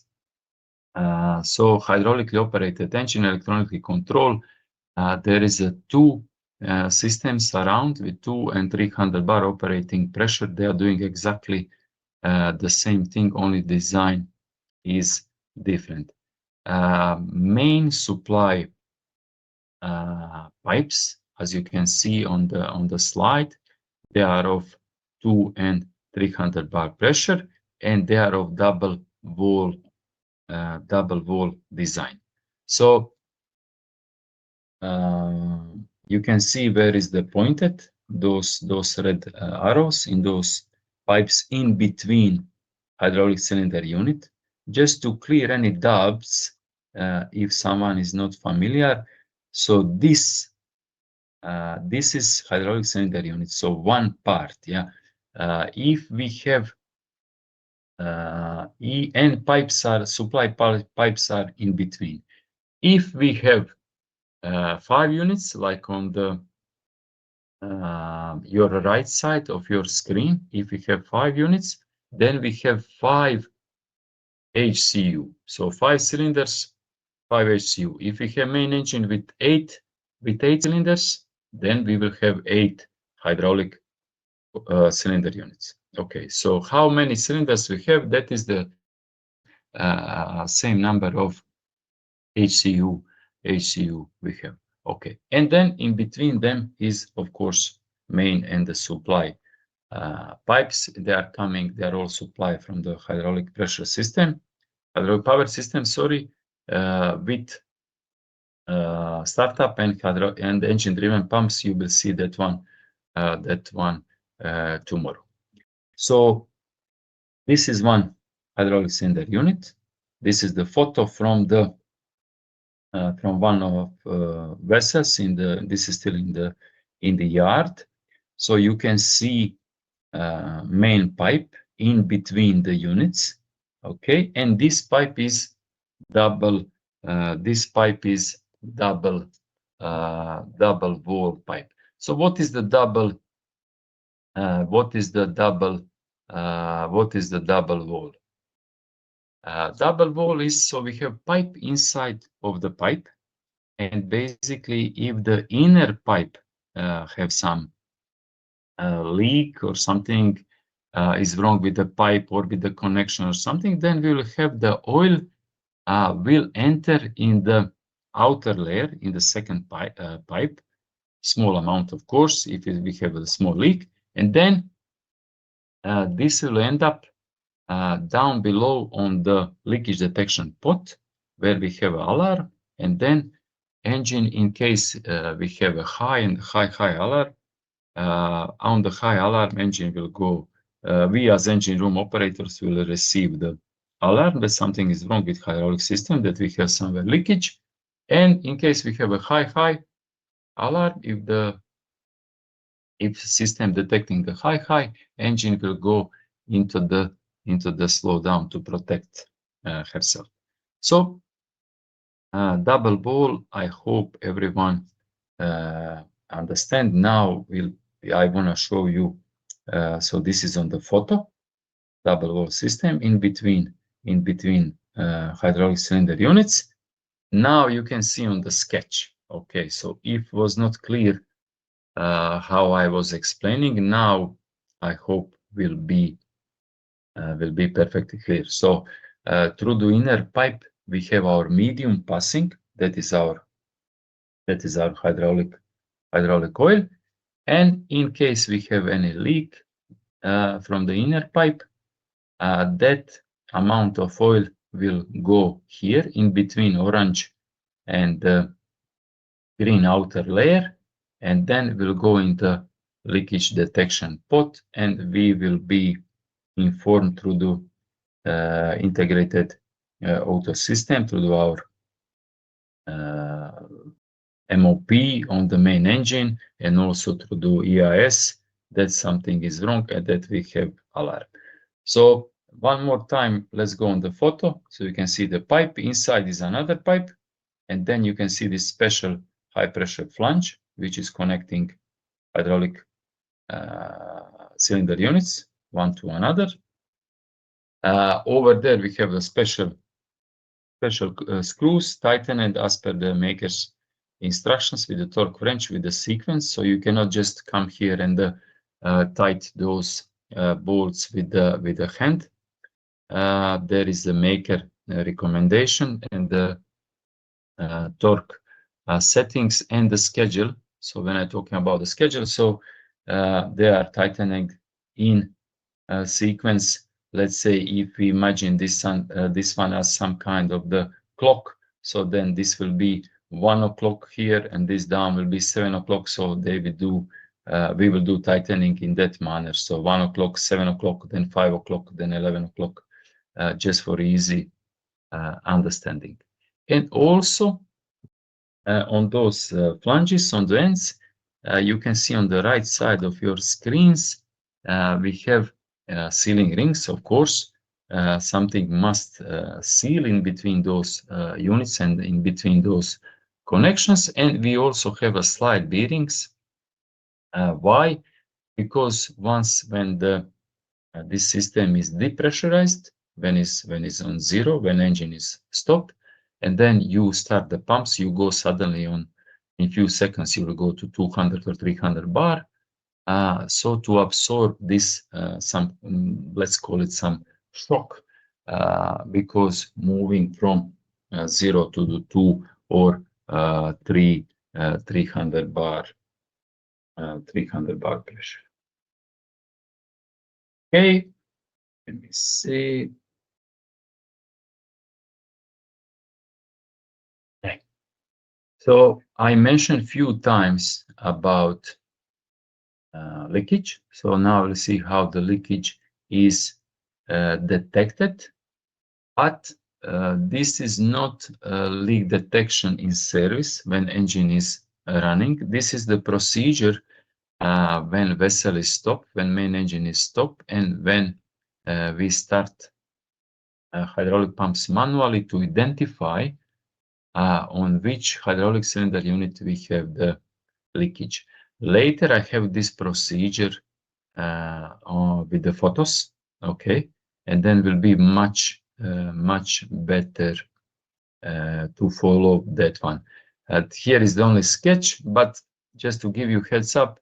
So closing, combination of the closing and opening some valves in the sequence, and then we see where the pressure is building up, and then by the pressure building up, by the pressure increase, we will find where we have the leak. But as I mentioned, later I have the procedure with the photos, and then it will be much better that we follow that one instead of do now this one, then later other one, then basically repeating those things. Okay, this is our distribution block. Okay, I go again on the photo just to show you distribution block. Okay, you can see my mouse, I hope. So this is our distribution block. So you can see this square, you can see this block. So where the pipes. Someone have microphone on from you guys. Someone have microphone on. Please switch it off. I can hear some of your daughter or wife who is there.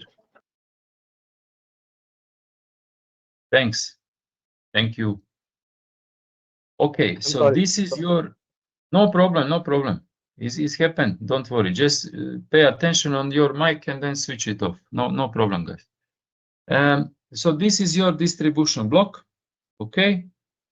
This is the main part of hydraulic cylinder unit. All other parts, as you can see here, they are attached to the distribution block. But distribution block is that one which is basically giving, let's call it power to all of those equipment which is attached to the cylinder, to the hydraulic cylinder unit.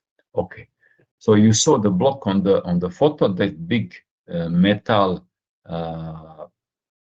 box. Okay, this is the sketch. So front side, back side. When we say the front side, that's basically the side which operator is facing when you are down on the main engine. So if you go to the main engine and you face the engine, you face the cylinder on the top level, then this is your front side, and then you can see various connections here.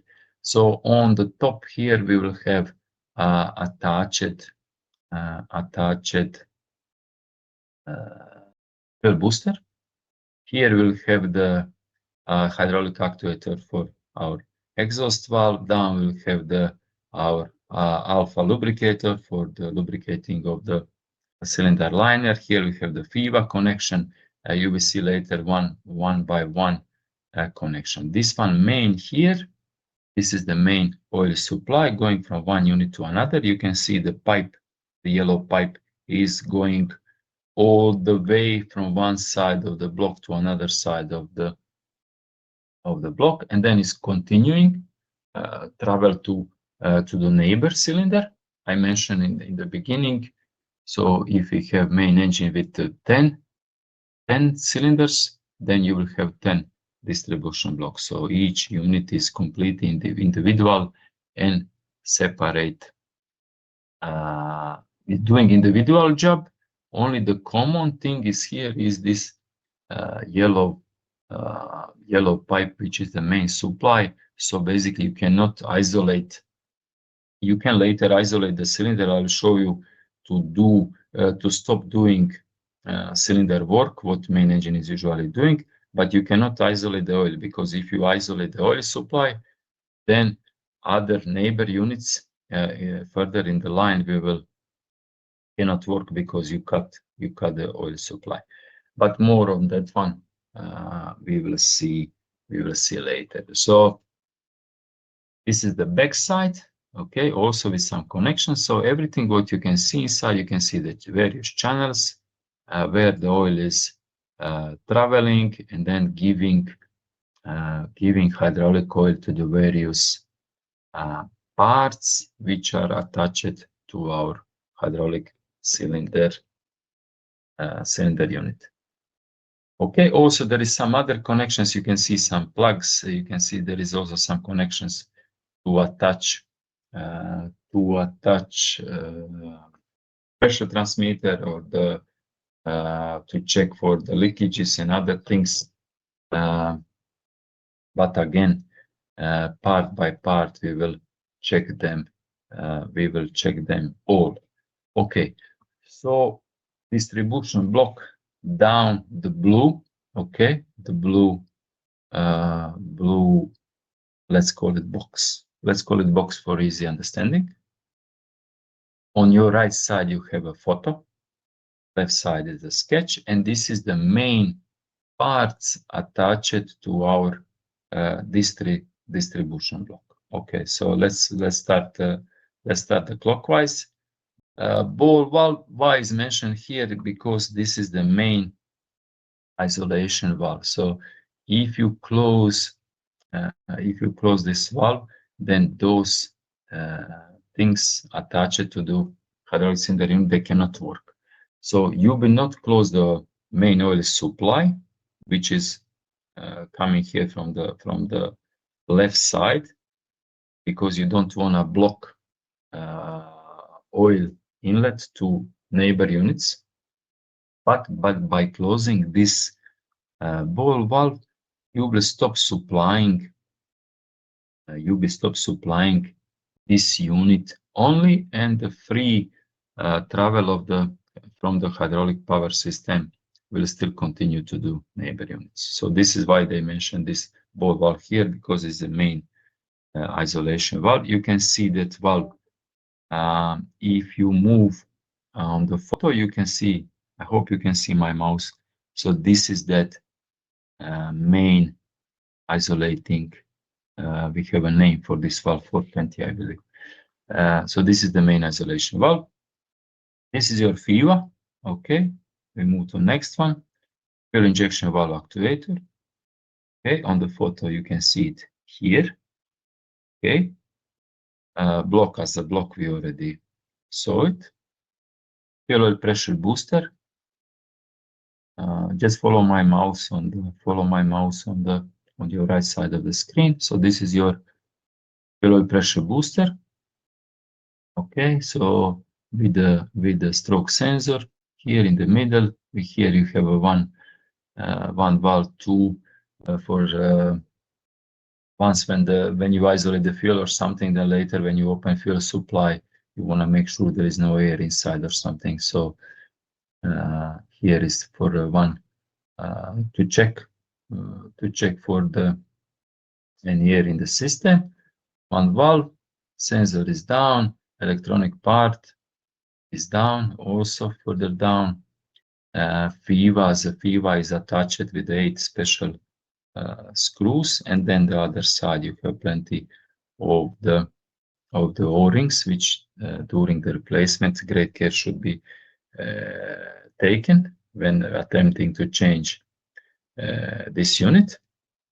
Then moving more right, you have exhaust valve actuator. Okay, on the photo, exhaust valve actuator here because is hydraulically operated, and then down we have the hydraulic accumulator.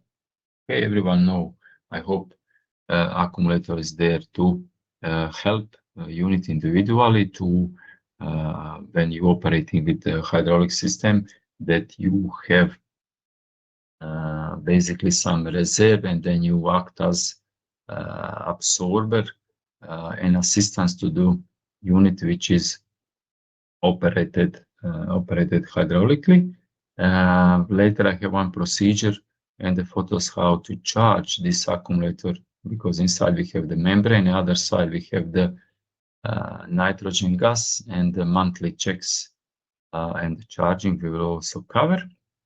And down below we have main engine lubricator. When I say main engine lubricator, we're talking about the lubricator for this individual cylinder liner.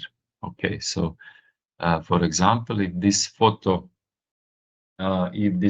is from, let's say, main engine cylinder unit number 3, this main engine lubricator will lubricate only liner number 3. Photo not so clear, but you can see on the sketch you have lubricator, and then on your right side you have some small pipes which are distribution, lubricating oil distribution lines which are entering. They will end up in the liner. We will see that one enlarge photo and the screen on the screen. Sorry. Okay, one distribution block diagram. Okay, not so clear, but however, just few major points here to discuss. So exhaust valve on the top, blue are your hydraulic distribution lines. In the purple, everything is drain lines. Okay, all the drain lines. So where the oil is returning to the system after the work, after hydraulic work has been done. So we have the hydraulic actuator for the exhaust valve. We have the fuel oil booster there, accumulators on the system, lubricator is down. You have the system with and distribution valves. Now where is my mouse now at the moment? Okay, and then you can see dark blue lines where your hydraulic oil has been distributed, and then you can see the purple lines after the work has been done, how this oil is going back to the system and returning to the normal pressure. Okay, but as I say, it's not so clear and it can vary from the system to the system. So just few major parts I mentioned here. Similar is the 300 bar system, very similar. Again, you have a block down here in between, in the middle. Sorry, where is my mouse? And then you have distribution lines and the drain lines. Again, FIVA to operate your fuel system, and then exhaust valve, hydraulic actuator, supply, and return lines. Now there is plenty of those numbers here, position 465, position 540, and etc. So for you, most important that you understand what we saw earlier on the photos. We have one block, we have system of the hydraulic valves and equipment attached to that block. It is powered by hydraulic power system, and then distributed to the various, let's call them consumers. And then the work has been done with this hydraulic oil. Later, this oil through the purple lines will return back to the system, and then we will call this one like one cycle close. And this is continuing and ongoing till the moment that you stop, that you put your telegraph lever on the stop. This will continue. So 1 month voyage, 1 month will be like this, 24/7. This will be in operation till the moment until you decide to stop your engine. Okay, we will see few differences between 2 and 300 bar system. Again, they are very similar. Okay, even some numbers of some valves and everything is the same, because again the maker is the same. So our sketch again, our block is down in the dark green, and then here basically what they try to show you here, to show to us during the training, position and the description of manual valves on the block itself. And then down below we have one small table, a valve position during normal operation. When I say during normal operation, what is normal operation? This is engine running at sea or engine ready for run. So ready for run and running, that is considered normal operation. And then of course, what we saw earlier, main valve 420 of course will be open, and the main drain valve 421, that one will close. So this is very clear, even for someone who never saw the ship but complete some engineering school. So supply open, drain close, that must be.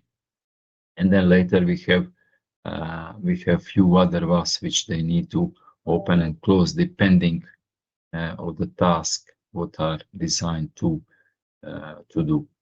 We can see the FIVA on the left. We can see the booster, the red booster on the top. Hydraulic actuator for the exhaust valve in the dark blue. Okay, and then we can see the list of the valves. So our FIVA have 2 drains, 405, 406, 420 main supply. I mentioned this valve a few times. Next to him is 421 to drain distribution block. So when you want to drain distribution block, when you have some job on the unit itself. So, but before you close those valves, you need to stop the engine. You need to stop and secure startup pumps. Okay, power down the breakers and the lockout for life. And then you can, at that moment, you can close 420 main supply, open slowly 421, and then wait until the block is drained. To be sure that block is drained, we can do one thing. So if you see position 455, here we can connect. Here we can connect pressure gauge, manual pressure gauge, and then we can see is there any remaining pressure in the block before we attempt to remove any part which is attached to the block. I will show you that one later on the photos. Okay, so you close this one 420. Okay, and then you open 421. All the maker, so maker done one good thing. They stencil the block. You can see these punch marks. So 421, you can see the number here. Here is the flashlight from the camera. So 420 is visible. I hope you can see. So this is for operators, basically not to make any mistakes when following maker's instructions or maker manual. So 420 to be closed, 421 to open, and then later here there is 455. You can remove this protection cover, and here you screw in one pressure gauge, and then confirm there is no there is no pressure inside before you attempt to do some maintenance. Let me show you. Let me show you what you will connect there. So you will connect the same thing. What are you connecting when you're checking your accumulator pressure? So you can see this gauge, guys. I just changed the photo. Okay, so this one is now connected to the accumulator, yeah, but the connection is the same. So you take this gauge, okay? Take this gauge and then connect it here. Connect it here, and then you will see this is the needle valve type. So you screw in, your pressure will, your gauge will react, and then you will see the pressure increase on that point, and then of course you will see something is wrong. You will not attempt to do maintenance until the system is completely depressurized. Okay, 300 bar system I skipped because I want to show you the photo immediately. So again, here is the same, but design is a little bit different.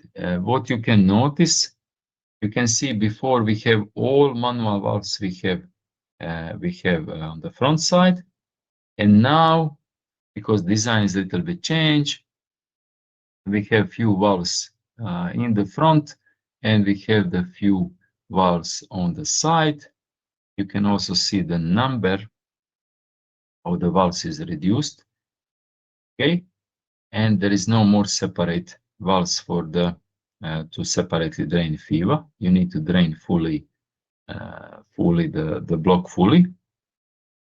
You can see before on the 200 bar system you have 2 drain valves for the FIVA just to drain this unit, and now there is no more drain valves for the drain valves for the FIVA. There is a valve for distribution block itself. Also, what we notice, the position is changed, so we have now few valves on the side, and also the connection 455. You can see connection for the pressure gauge to measure the pressure. Connection is there now on the side. Okay, again, the maker provide a small table on the top. You can see which valves needs to be open, which valves needs to be closed during the normal operation. So main supply must be open, of course, main drain closed, of course, and the 560, which is very important, must remain open. This one is supply of oil to the main engine lubricator, not the main engine liner lubricator. Okay, here I would like to see the word liner. So the liner lubricator for that particular unit. So 560 is the supply for that unit. And our photo again. What is here important to mention? Few things for you.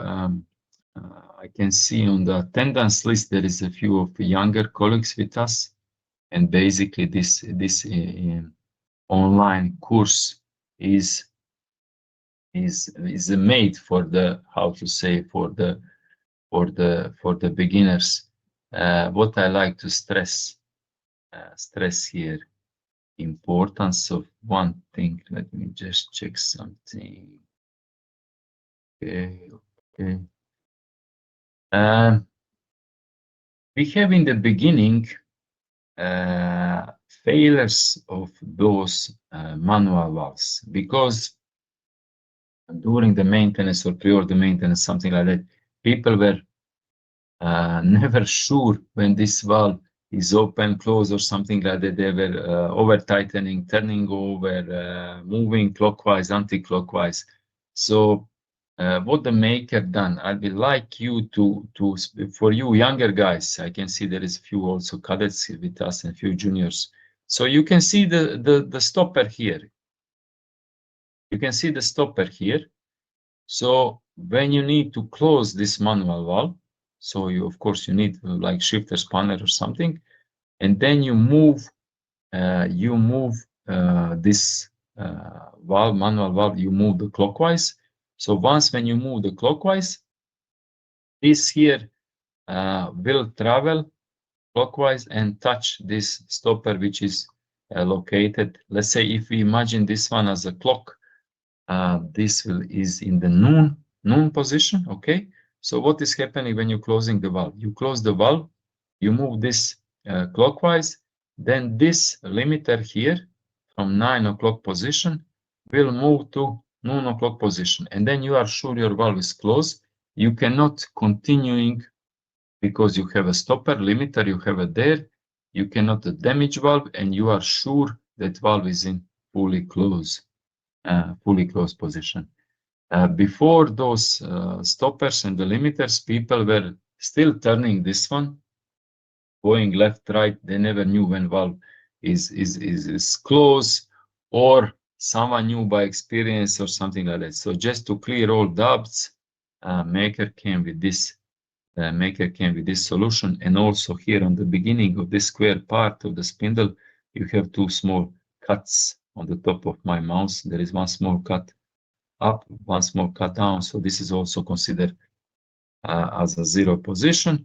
And closing and opening valve, let's say, for me, very easy to imagine this as a clock when I'm trying to explain something to our younger colleagues. So you move this from 9 to noon, and then later you move it back, and you know that you reach your final position. So same is with all other manual valves on the distribution block. You can see here you have the same arrangement, here you have same arrangement, here, down, so everywhere. And what also is nice that Emine as a maker, you can see they have caution plates with 3 steps. Here is the enlarge. What is the written on those warning plates or caution plates? Their short guidance how system needs to be isolated, because we're talking here about the huge hydraulic pressure. This is to work on this system is very dangerous if you don't follow all safety precautions of isolation and everything. This is why Maker put those warnings. And then again, if you read the book and you know what to do, still you have a down instructions what needs to be done. And this is also very handy that you can see numbers next to the various equipment. You can see the punch marks, and you cannot make mistake. Can someone confirm that you can see what I'm talking about? 421, 406. You can see, guys, yeah?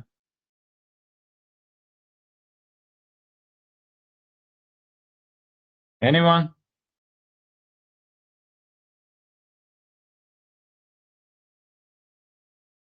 On. Just zoom in, and you'll be more. Yeah, but I cannot. So you can see the numbers next to the valves, yeah? Yes, sir. Yeah. I just need someone to confirm, because let's say you talking for like 1 hour or something, and then there is no much from other side, and sometimes I'm thinking maybe we lost connection or something. So I just wanna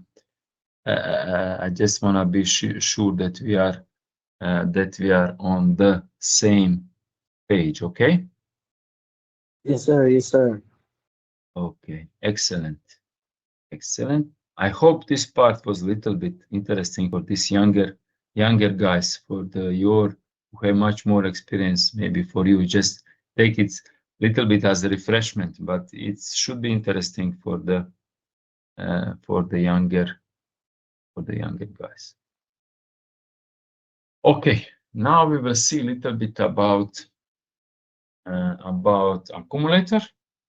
Okay, accumulator, and then let's say maybe after 10 minutes or something, we'll take one short break. Okay, so accumulator attached for our hydraulic cylinder unit. How needs to be protected? So you can see inside what we have inside. We have mixture. Basically, the membrane is inside, and from one side of the membrane is the nitrogen. Other side of the membrane is oil. So where is the nitrogen? On this darker blue surface. There is also plug for recharging. And what is important here, that this main supply valve on our distribution block must not be opened if our startup pumps are running. So if we have 200 bar pressure, we cannot just open this valve because we can damage accumulator then. So all valves must be open after the maintenance. When system is depressurized, all valves must go in the normal position. If you remember this small table, all valves to go on the small as per this small maker's table, and then you start the pumps. Then pressure will slowly fill up all the units. I mean slowly, also in the short period of time, but at least will be some stagger. Will not go immediately 200 bar inside. Okay, and you can see the guidance is there. Engine must be stopped, no oil pressure, open, close all valves into the normal running position. When we talk about the normal position, then just to remind you, we talk about this small table which is attached. Okay, so how to charge this accumulator, guys? Okay, so how to charge, how to check. So let's see first how to check. I'll show you the photo earlier. Okay. So this is the photo from the yard. Okay. Oops, sorry. And here we are checking pressure in the accumulator. So down you can see your accumulator. Here you can see pressure gauge connected. Okay, 13.75 is the pressure inside, but this is the megapascal. Okay, so megapascal. So this is 137.5 bar. I hope that one is clear to everyone. Not that you think that it's small pressure inside. So 137.5 bar, but the gauge currently is on the megapascals. So this is how you check the pressure. During the pressure check, one important thing, startup pumps must be stopped, of course. Okay. So you check the pressure, and this is now how to charge. Okay, so checking monthly or 2 monthly, depending on the vessels. There is always some small pressure drops, 2 to 5 bar per month, and then charging procedure. Okay, I have another procedure of how to charge. This is from the maker manual. And what is very important to mention, gas temperature, or basically nitrogen temperature inside of this of the unit, or most of the people charging by the ambient temperature inside of the engine room. So let's say you charging the nitrogen pressure in your accumulator somewhere in the Northern Europe, in the winter time. So in engine room is maybe, let's say, 10 degrees Celsius, okay? So you need to charge to do, let's say, to the 92 bar as per the table, okay? 92 bar. But if you're doing the same job on the same vessel, somewhere in the Persian Gulf, where you have 40 plus degrees in the engine room, then you see you need to charge to do 101 bar. Okay, so already 10 bar difference because of the this temperature and pressure change. So basically, pressure change depending on the temperature change.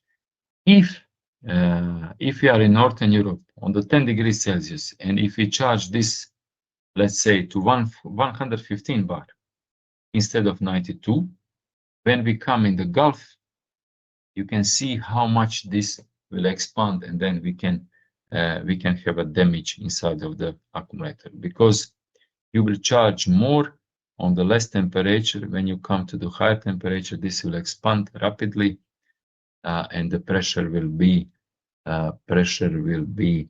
too much. So this is why this makers recommendations must be followed. So you can see the different systems, different degrees Celsius, and the different charging pressure. And now I'll show to you. I'll show you how to charge. Okay, so this is your accumulator down. It's marked by E. Okay, this is your nitrogen. This is your nitrogen cylinder. Okay, this is the pressure regulator. Okay, and here we have also we must attach one pressure meter that we can see what is the pressure. Inside of the bottle is charged the nitrogen under the high pressure. Once when we open the valve, which is marked as the A, this pressure gauge on the regulator will go up, and then we can read the pressure inside of the bottle. Okay. On the B, we can adjust outlet pressure of the regulator. So let's say if we have here, just for example, if we have here 100 bar, when we screw down on the pressure regulator this bolt, we will increase pressure on the outlet of the regulator. We will see pressure change when we open the outlet valve D, and then in that moment the gas flow from the nitrogen cylinder will go through the regulator inside of our accumulator, and then we will read the pressure here. Once when we are happy with the pressure, we will close supply and outlet valve of the regulator. We consider this one charged. We will charge according our table, according the ambient temperature inside of the engine room. Then we will depressurize the charging hose and then move to another unit. Okay, I hope this one is clear. Again, here we have a small table reminder of accumulator or ambient temperature, how much needs to be charged to avoid any issues later during the work. Okay, now a little bit about our lubricator, and then we will go on one short break. So this is, let's say, one top view. So 2 cylinders liners, neighbor units. On the top we have the operated by gravity lubricating oil tank, can be with a high or low base number. That one is now not important. So you as operator select one of those tanks. Oil is going down to the engine by gravity through the filter and the heater, and then each hydraulic cylinder unit have a connection for the which is going directly to the lubricator.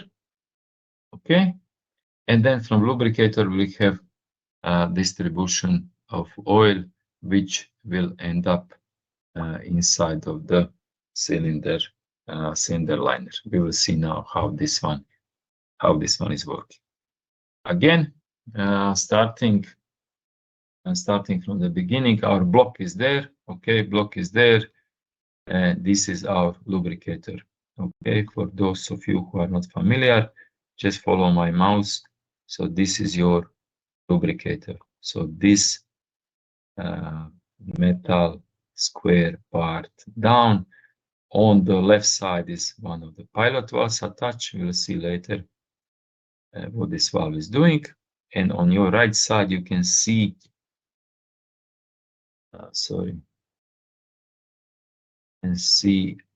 those distribution pipes. See these small pipes there? All of those pipes will end up in the cylinder liner, where the oil, lubricating oil, will be injected through the lubricating ports. Okay, and here we have one important part of our lubricator, that is the level sensor. So if this sensor is not reading enough of the oil there, then we will receive alarm through the main operating panel alarm system, and also our MOP is receiving signal from the piston movement feedback that we know that lubrication is ongoing entire time when engine is in use and when the engine is running, of course. Okay, now I'll show you one interesting sketch on how this one is working and what is happening inside. Okay, I mentioned a few times that the cylinder liner and the injection lubricating oil injection ports. You can see now here injection nozzles.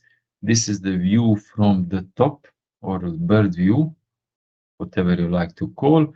Two types of the nozzles here are shown doing the same job. You can see we have 10 nozzles here, 6 of one type, 4 of another type, doing exactly the same job. Only due to design and due to liner arrangement, the B type, you can see, is a little bit longer. So this is the only difference between those, and they are doing exactly the same job. So you can see on the sketch on your left, so injection inside of those liner lubricating grooves. So that injector will send oil here through those small pipes, will end up here, and then we'll fill up this space.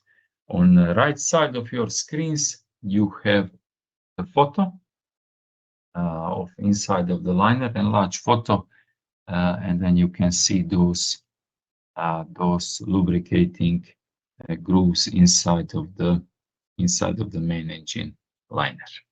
Okay, and now this one I want to show you. So now remember how this one is looking in reality. Remember this photo, and now you can see the sketch. Now you'll see what is.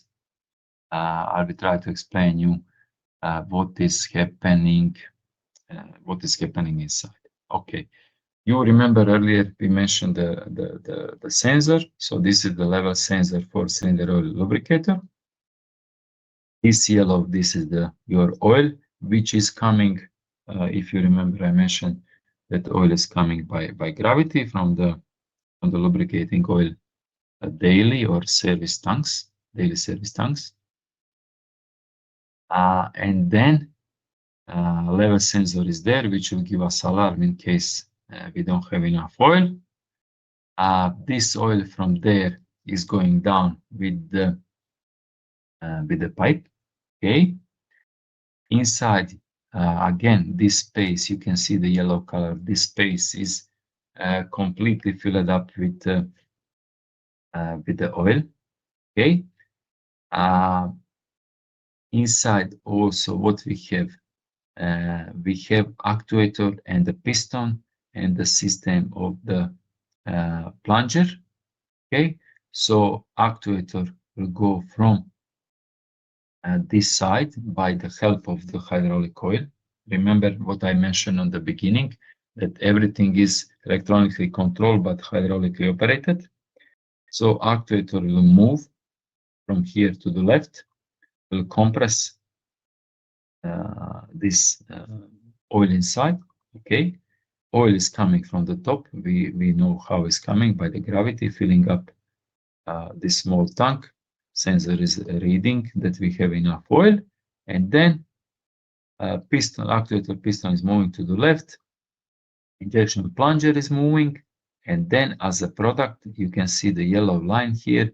We have oil outlet to the liner, lubricating oil injectors. Okay, so oil will be pushed out here and it will end up inside of the liner. Okay, so what we have two things here to assist us. So we have the proxy sensor for the feedback signal that we know that this actuator piston is moving. Okay, I'll show you that one. I'll show you that one on the photo. So you have the pilot, you have the sensor, and the level sensor is there, and piston movement feedback is there. So actuator piston, this one here is measuring that piston is moving and sending the feedback to the main operating panel. So that engine control system in any moment know two important things regarding the main engine lubricator. One is that you have enough oil here. If you have enough oil here, that means there is enough oil in your, of course, in your daily tanks going down by the gravity through the filters and the heater will end up here.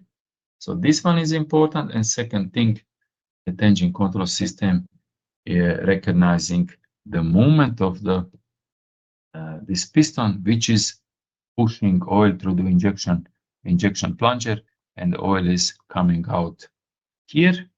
Okay, and where will end up? Oil will end up in those small pipes, and then final result will be that will be injected here and will lubricate our liner. Okay. So I hope that this one is at least for you who are first time with us, and for some juniors, that this basic principle what I just showed to you, that you can now identify the components, and then you can see basically what is happening inside of this part when engine is running. And don't forget, we started with distribution block. So this is one of the parts, one of the component which is attached to our distribution block, and is powered by hydraulic oil. You remember so many channels inside of the hydraulic distribution block. So those two channels, you can see high pressure supply and return, of course, and this hydraulic oil is required to power up this actuator piston, and then piston is doing his job. Okay, something about the main engine lubrication. So this is a screen of the main operating panel, which is installed inside of the engine control room. So we have two of those, MOPB and MOPA. Okay, this is the cylinder lubricating screen from your touch screen. So again, repeating for those of you who are first time with us. So this is your main operating panel. You can see the main menus in this dark purple color. So once when you press the dark purple, you have the sub menus, little bit lighter color. So now is press auxiliary menu, and then you have pop-up hydraulic system, scavenger, cylinder lubrication. And then when you press one more time, so now at this moment, what we have pressed is the cylinder lubrication screen. So all go by the color. You see the lighter, mid, and the dark. So just to help you how to navigate through this screen menu if you never saw this one before. So this is main engine. You can see big main engine with the 12 cylinders, so 12 liners. You can see the numbers from 1 to 12, and then here you can change your feed rate. You can change your lubricator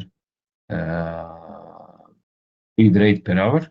So on the top you have some basic information. So this is the current flow. This is the total flow. This is before you start, if you want to do the pre-loop manually. So from the maker, basic feed rate, minimum feed rate, etc. And this is the feed rate adjusting factor. So at this moment, what is shown to us here? So you can see the cylinder number 3 is under running in condition. So that means this was the big maintenance, maybe liner replaced. And then now at this moment, operator is changing the lube oil feed rate to the cylinder number 3. And you can see current new down below, cylinder number 3, 1.7 grams per kilowatt hour. So by these arrows, you can change the number. Okay, if you're pressing the small one, you're changing by 0.1. If you're pressing the big one, you can changing by 1. Once when you are satisfied with the number, you press apply, and that's it. So engine control system will take care for the rest. So this is why I always repeating. So electronically control engine, but hydraulically operated. Okay. So what will happen now down when I change this number? Your piston movement, this one, okay, this one will move faster than on other units. Okay, you agree? So if you need more oil to this one, you can see now number 3, 1.7, the rest is 0.6, number 1, 0.8. So what will happen? We will have the more injection on this particular unit. Now something about the wear rate and oil dosage. I will not bother you with this one. Let me just finish this lubrication with one thing. So cylinder control unit, CCU here. If in case there is an issue with the cylinder control unit, if we have a failure, we need to change to the new one, of course. But if you don't have a time, if you are in the middle of maneuvering, if you are somewhere in some channel, if it's not safe to stop due to traffic or something like that, then maker here giving us option to conduct or to start the cylinder lubrication with help of one temporary cable from engine control unit to the solenoid valve on the lubricator on the unit in question. So let's say unit number 3, now there is no lubrication because of the cylinder control unit failure. What we will do, we will take this cable.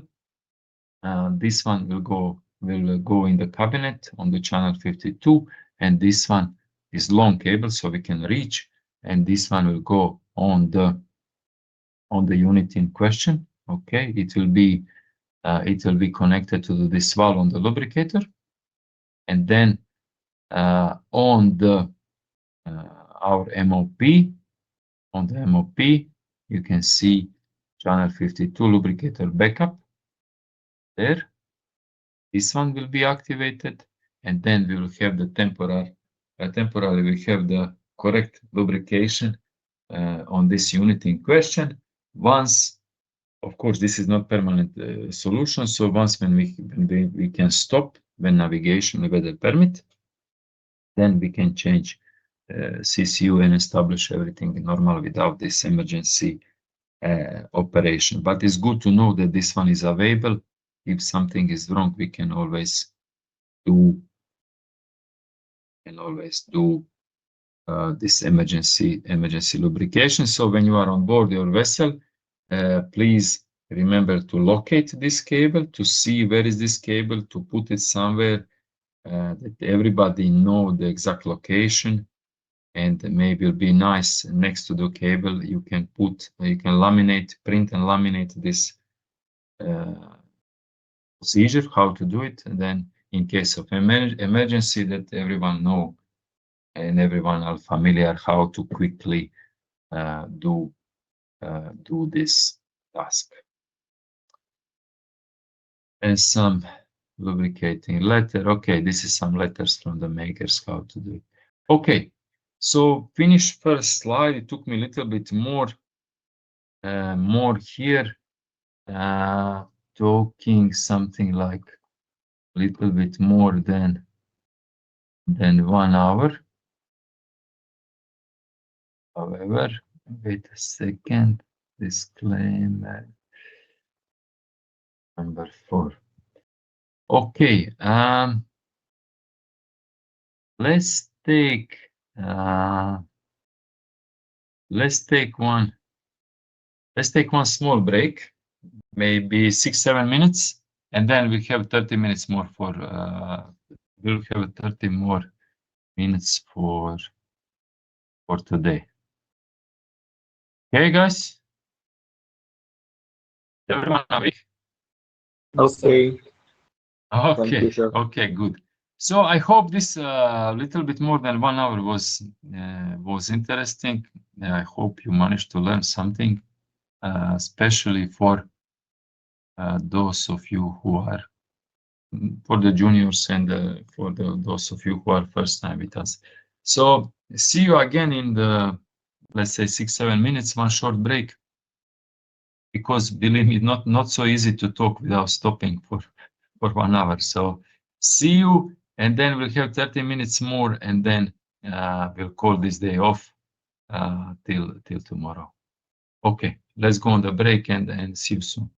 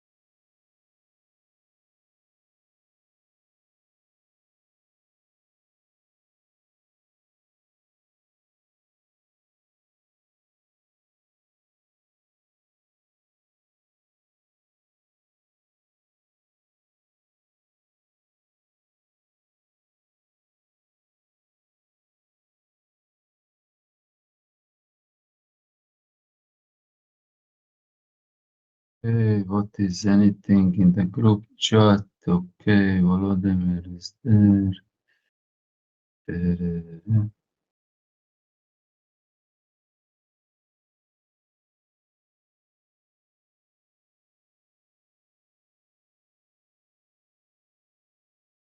Okay, I open new presentation. I'm back from the break. Just need one guy, please, to confirm me you can hear me and you can see my screen. Yes. I can hear you and Yes, I sure. can see the pictures. Excellent. Thank you very much. I always asking because I don't want to end up in situation that I talking and nobody here. Okay. Excellent. So again, you can see material is from the training material from the maker. We saw in the last hour and something about our hydraulic cylinder unit. We also touch on some of the components. Now we'll see on the what is happening with hydraulically operated components. Okay, our training objectives are there. This is our agenda. We have our FIVA is there, fuel pressure booster, exhaust valve, and few different designs. So we have 30 minutes. We'll go quickly through the again, just to repeat it, guys. This is the basic introduction. Let's say if we go much deeper in each component or something, maybe this MEC course will take 5 days. So we try to summarize what is most important to give you the overall view, what is happening with the unit in question, what are the main parts, main components, how something is working. So some of you, for some of you, this is like maybe even first time that you little bit learn about things. Some of you are well experienced.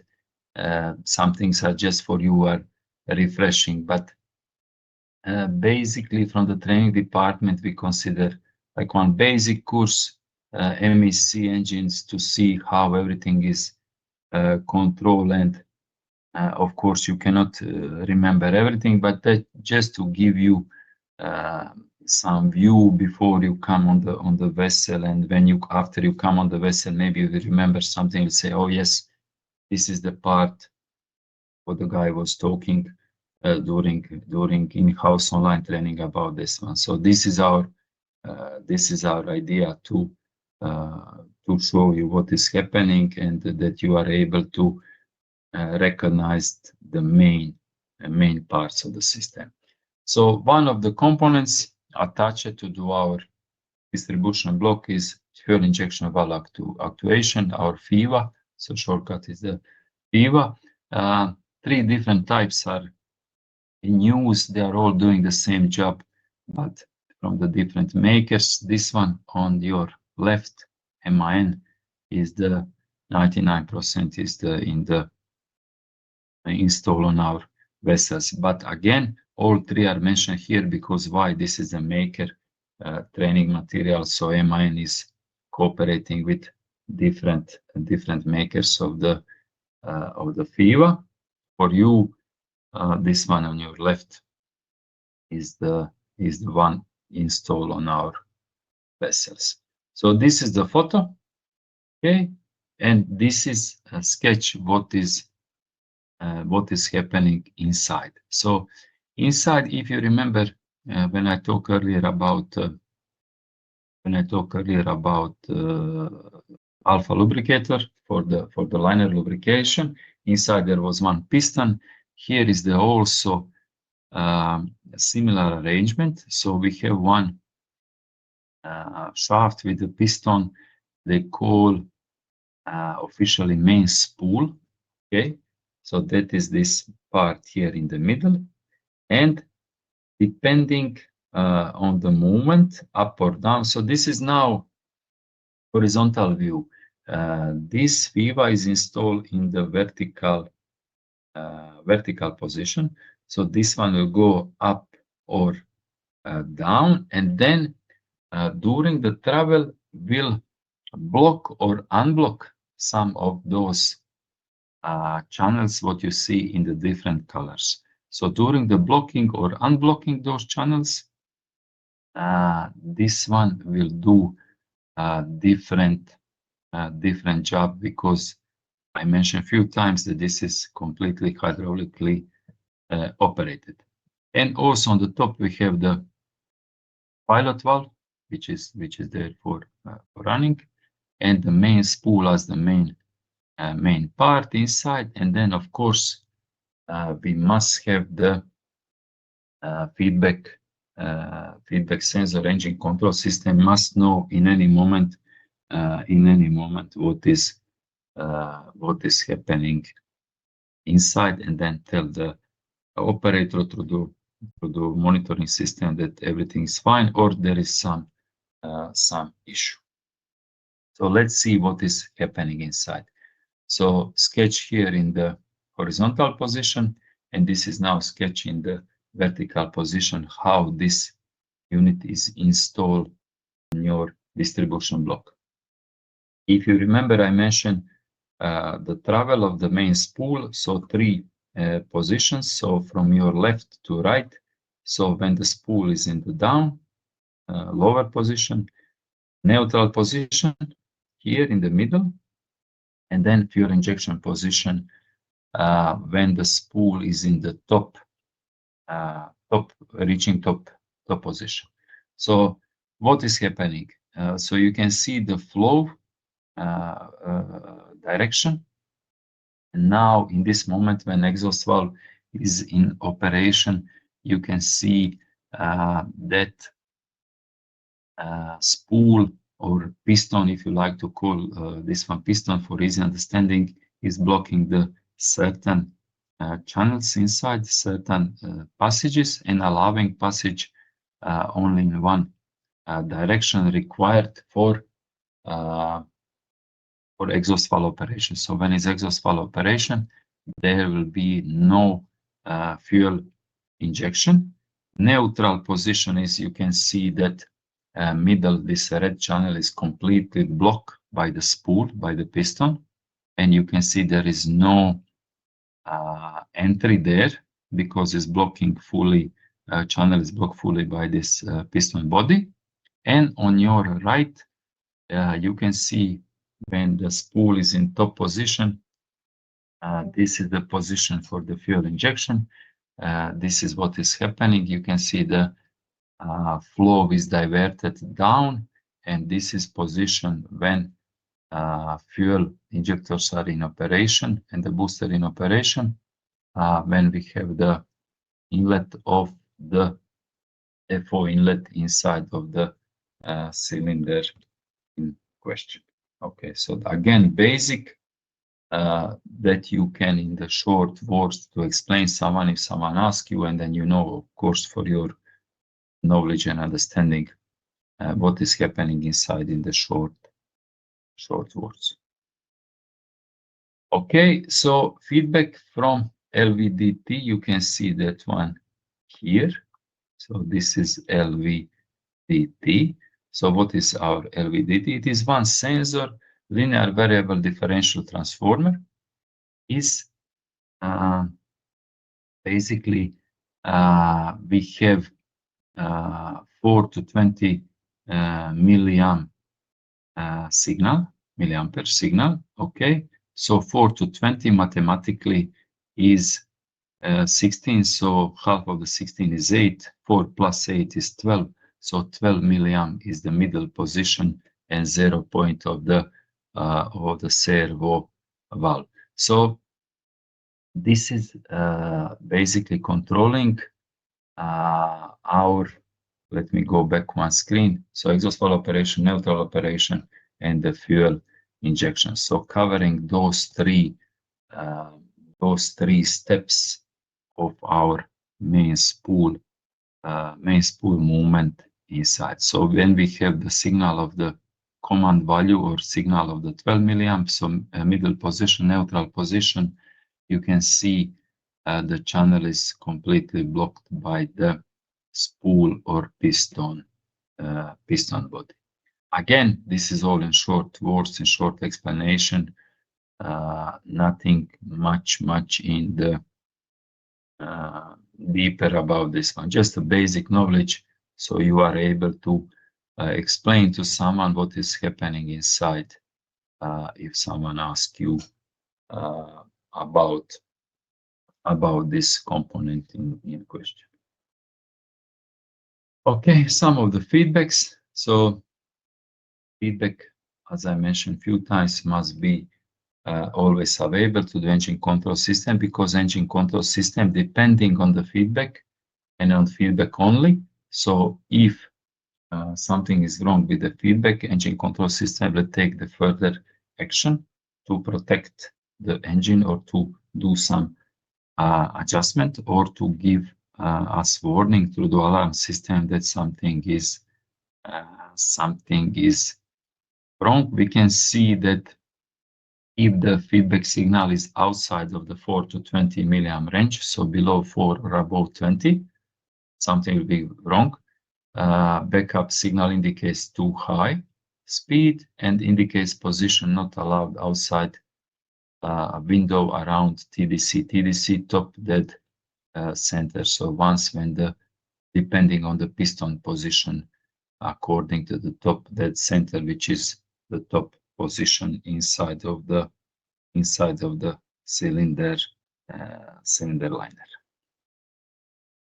and everything is controlled by the CCU. CCU stands for the cylinder control unit. It is individual unit, and then if we have earlier we have the photo with how much was main engine, 12 units. So in case we have 12 units, we will have the 12 CCU. If we have engine with 6 units, we will have 6 CCU. So each cylinder is controlled independently by the cylinder control unit. Okay, if we have the safe position identifier, you can see again photo, one photo from main operating panel located inside of the engine control room. We have main engine with the 12 cylinders, and you can see the fault, FIVA in safe position fault detected on cylinder number 1, for example. Here now we have one screenshot what is happening inside of the cylinder number 2.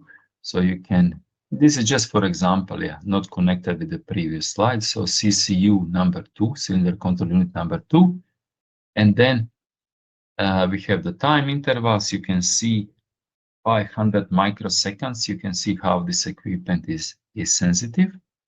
And then on your right side of your screen, we have agenda, we have explanation for different colors. So we can see set point, then in the green we have the feedback, dark blue controller, plunger position, exhaust valve position, etc. Why this one is important? This one is important. First of all, we as operators, we can see that everything is okay in that unit. So here we have example of the number 2 unit, and then even without watching on the side what is what, we can see, let's say that everything is in order. How? Just by comparing these graphs. So you can see everything is coming in the regular interval without any oscillation. So let's say we have the exhaust valve position, this one in the purple color. You can see it's coming in the proper time intervals. You can see the distance between opening and closing is the same. Opening time is the same, and we can see also in the middle of them, you can see like plunger position, something coming in the proper intervals, in between the lines, with the correct angle, and everything which is following. So let's say this dark blue color, you can see the FIVA feedback on channel 30. It is responding exactly on the same time when the plunger is activated. So you can see if you follow the line, vertical line up and down, and then you can see this one is closed, exhaust valve is opening, exhaust valve closing, then everything repeating.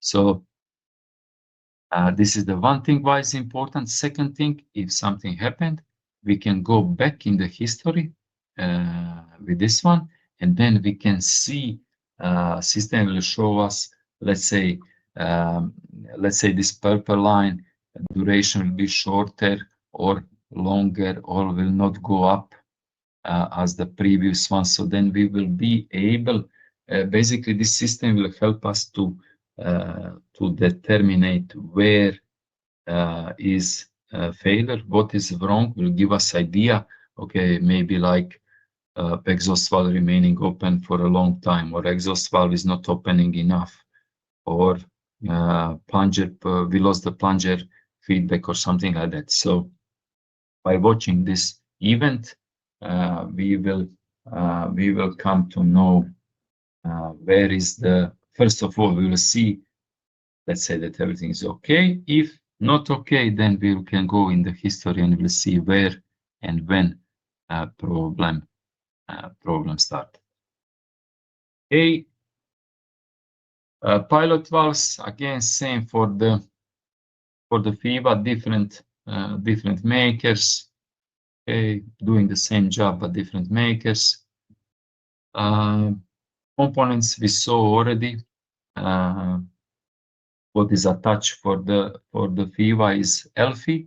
So what is attached for the hydraulic actuator for the exhaust valve is ELVA. So those acronyms, those shortcuts, wherever you can see EL, so this is electronic part. Again, repeating, engine is electronically controlled but hydraulically operated. So this ELFI is controlling unit underneath. Okay, so this electronic also valve actuator here, and then valve actuator is this one in the purple. So everything is electronically controlled, and later after signal is received from electronic control from engine control system, our hydraulic coil will do the work. So if you remember earlier, our, let's say, inside of the FIVA spool piece will move, and then hydraulic coil will travel and do the required work. Some diagrams, I will not bother you with this one because this can vary from the system to system. Again, one more event. So this is the fuel injection and the hydraulic control unit event. So here also we can see that everything is working properly. So exhaust valve position, this one in the yellow. Down below we can see, depending on the tacho angle, how the ELFI is working. So fuel injection in the middle of the once when this exhaust valve cycle is completed, then you can see the fuel injection down below this blue line. Okay, and plunger position responding, the purple line. Okay, and then feedback of our electronic fuel injection, this green color is also here. So you can see everything is happening in the middle of the cycle. Then again, the injection is completed, then we can see exhaust valve. Exhaust valve again working, exhaust valve stopping, again next cycle, fuel injection ongoing, etc., etc. So to see that everything is working properly, and also to help us to identify the failure and to go back in the history and see what is wrong and when problem started. Also, those events can be downloaded in case we have some bigger issue which we are not able to identify the problem on board. So those events can be downloaded and sent to the maker. And because we have the maker support, and then the maker will review those events and send us instructions what to do to eliminate the issue, and basically stay with them in correspondence, do what is required, do as per their instructions, send them feedback again. So this is why those things are important to have and important to monitor. Okay, that was regarding the FIVA fuel pressure booster. Okay, the main parts you can see on your left screen, left side of the screen in the middle sketch. Again, what is interesting, what you will see, piston always is a piston, okay, or the spool is always there. So you have a travel up and down. How is traveling by help of your hydraulic oil? So you can see down below your channel. Oil channel is operated through the FIVA. So when this spool piece on the FIVA move, oil will travel to the channel inside of the distribution block. Will power hydraulic piston. Also on the other side we have accumulator to assist. Piston will travel up. At the same time we will receive the fuel from the supply pump through the suction valve, and then this hydraulic piston will go up, will push our oil inside of the high pressure pipe, and that fuel oil will end up inside of the injectors. On your right side of your screen here are shown the two injectors, but however we have the engines with our fleet, 2 injectors, 3 injectors. Sketches just here for example. So again, basic short explanation of the working principle of your fuel oil pressure booster. So that is why I started with the distribution block, that you see the channels inside, the components attached, and how hydraulic oil is traveling inside and operating those pistons, which are later doing the job. So this one, in this case, we are assisting the fuel oil to end up in the injectors. For the exhaust valve, we are assisting the exhaust valve. For the lubricator, we're sending the lubrication oil inside of the cylinder liner, etc. So everything starting from distribution block and our hydraulic oil system. Okay, few sketches here. I think. Okay, there's some also. You have some same like on the block on the valves. You have some maker punch marks and the stencils down about the threads, about the clockwise, anti-clockwise, left or the right hand threads. So always try to maintain those parts in the clean condition, and of course follow the maker's instructions if you doing something. Basically the booster mostly maintenance free, changing the suction valve maybe every 6,000 running hours or something. The booster is overhauled every few years in the dry docks. I didn't saw many failures of this one in service, in case maybe if you have bad quality fuel oil which is not properly clean in the purifiers or something like that. Okay, and to complete the today's lessons with the exhaust valve and the actuator, again everything starting from our distribution block. As you can see on the sketch on your right side of your screen, inside you have a channels. You remember the FIVA, 3 positions: neutral, fuel injection, and the exhaust valve operation. And then your valve actuator for the exhaust valve. So hydraulic actuator will travel up, will push hydraulic oil which is inside of the push rod, and then that one will act from the top on your exhaust valve spindle. And you can see now on the sketch, so this is the exhaust valve body, this is the spindle, and then inside this is your exhaust gas travel.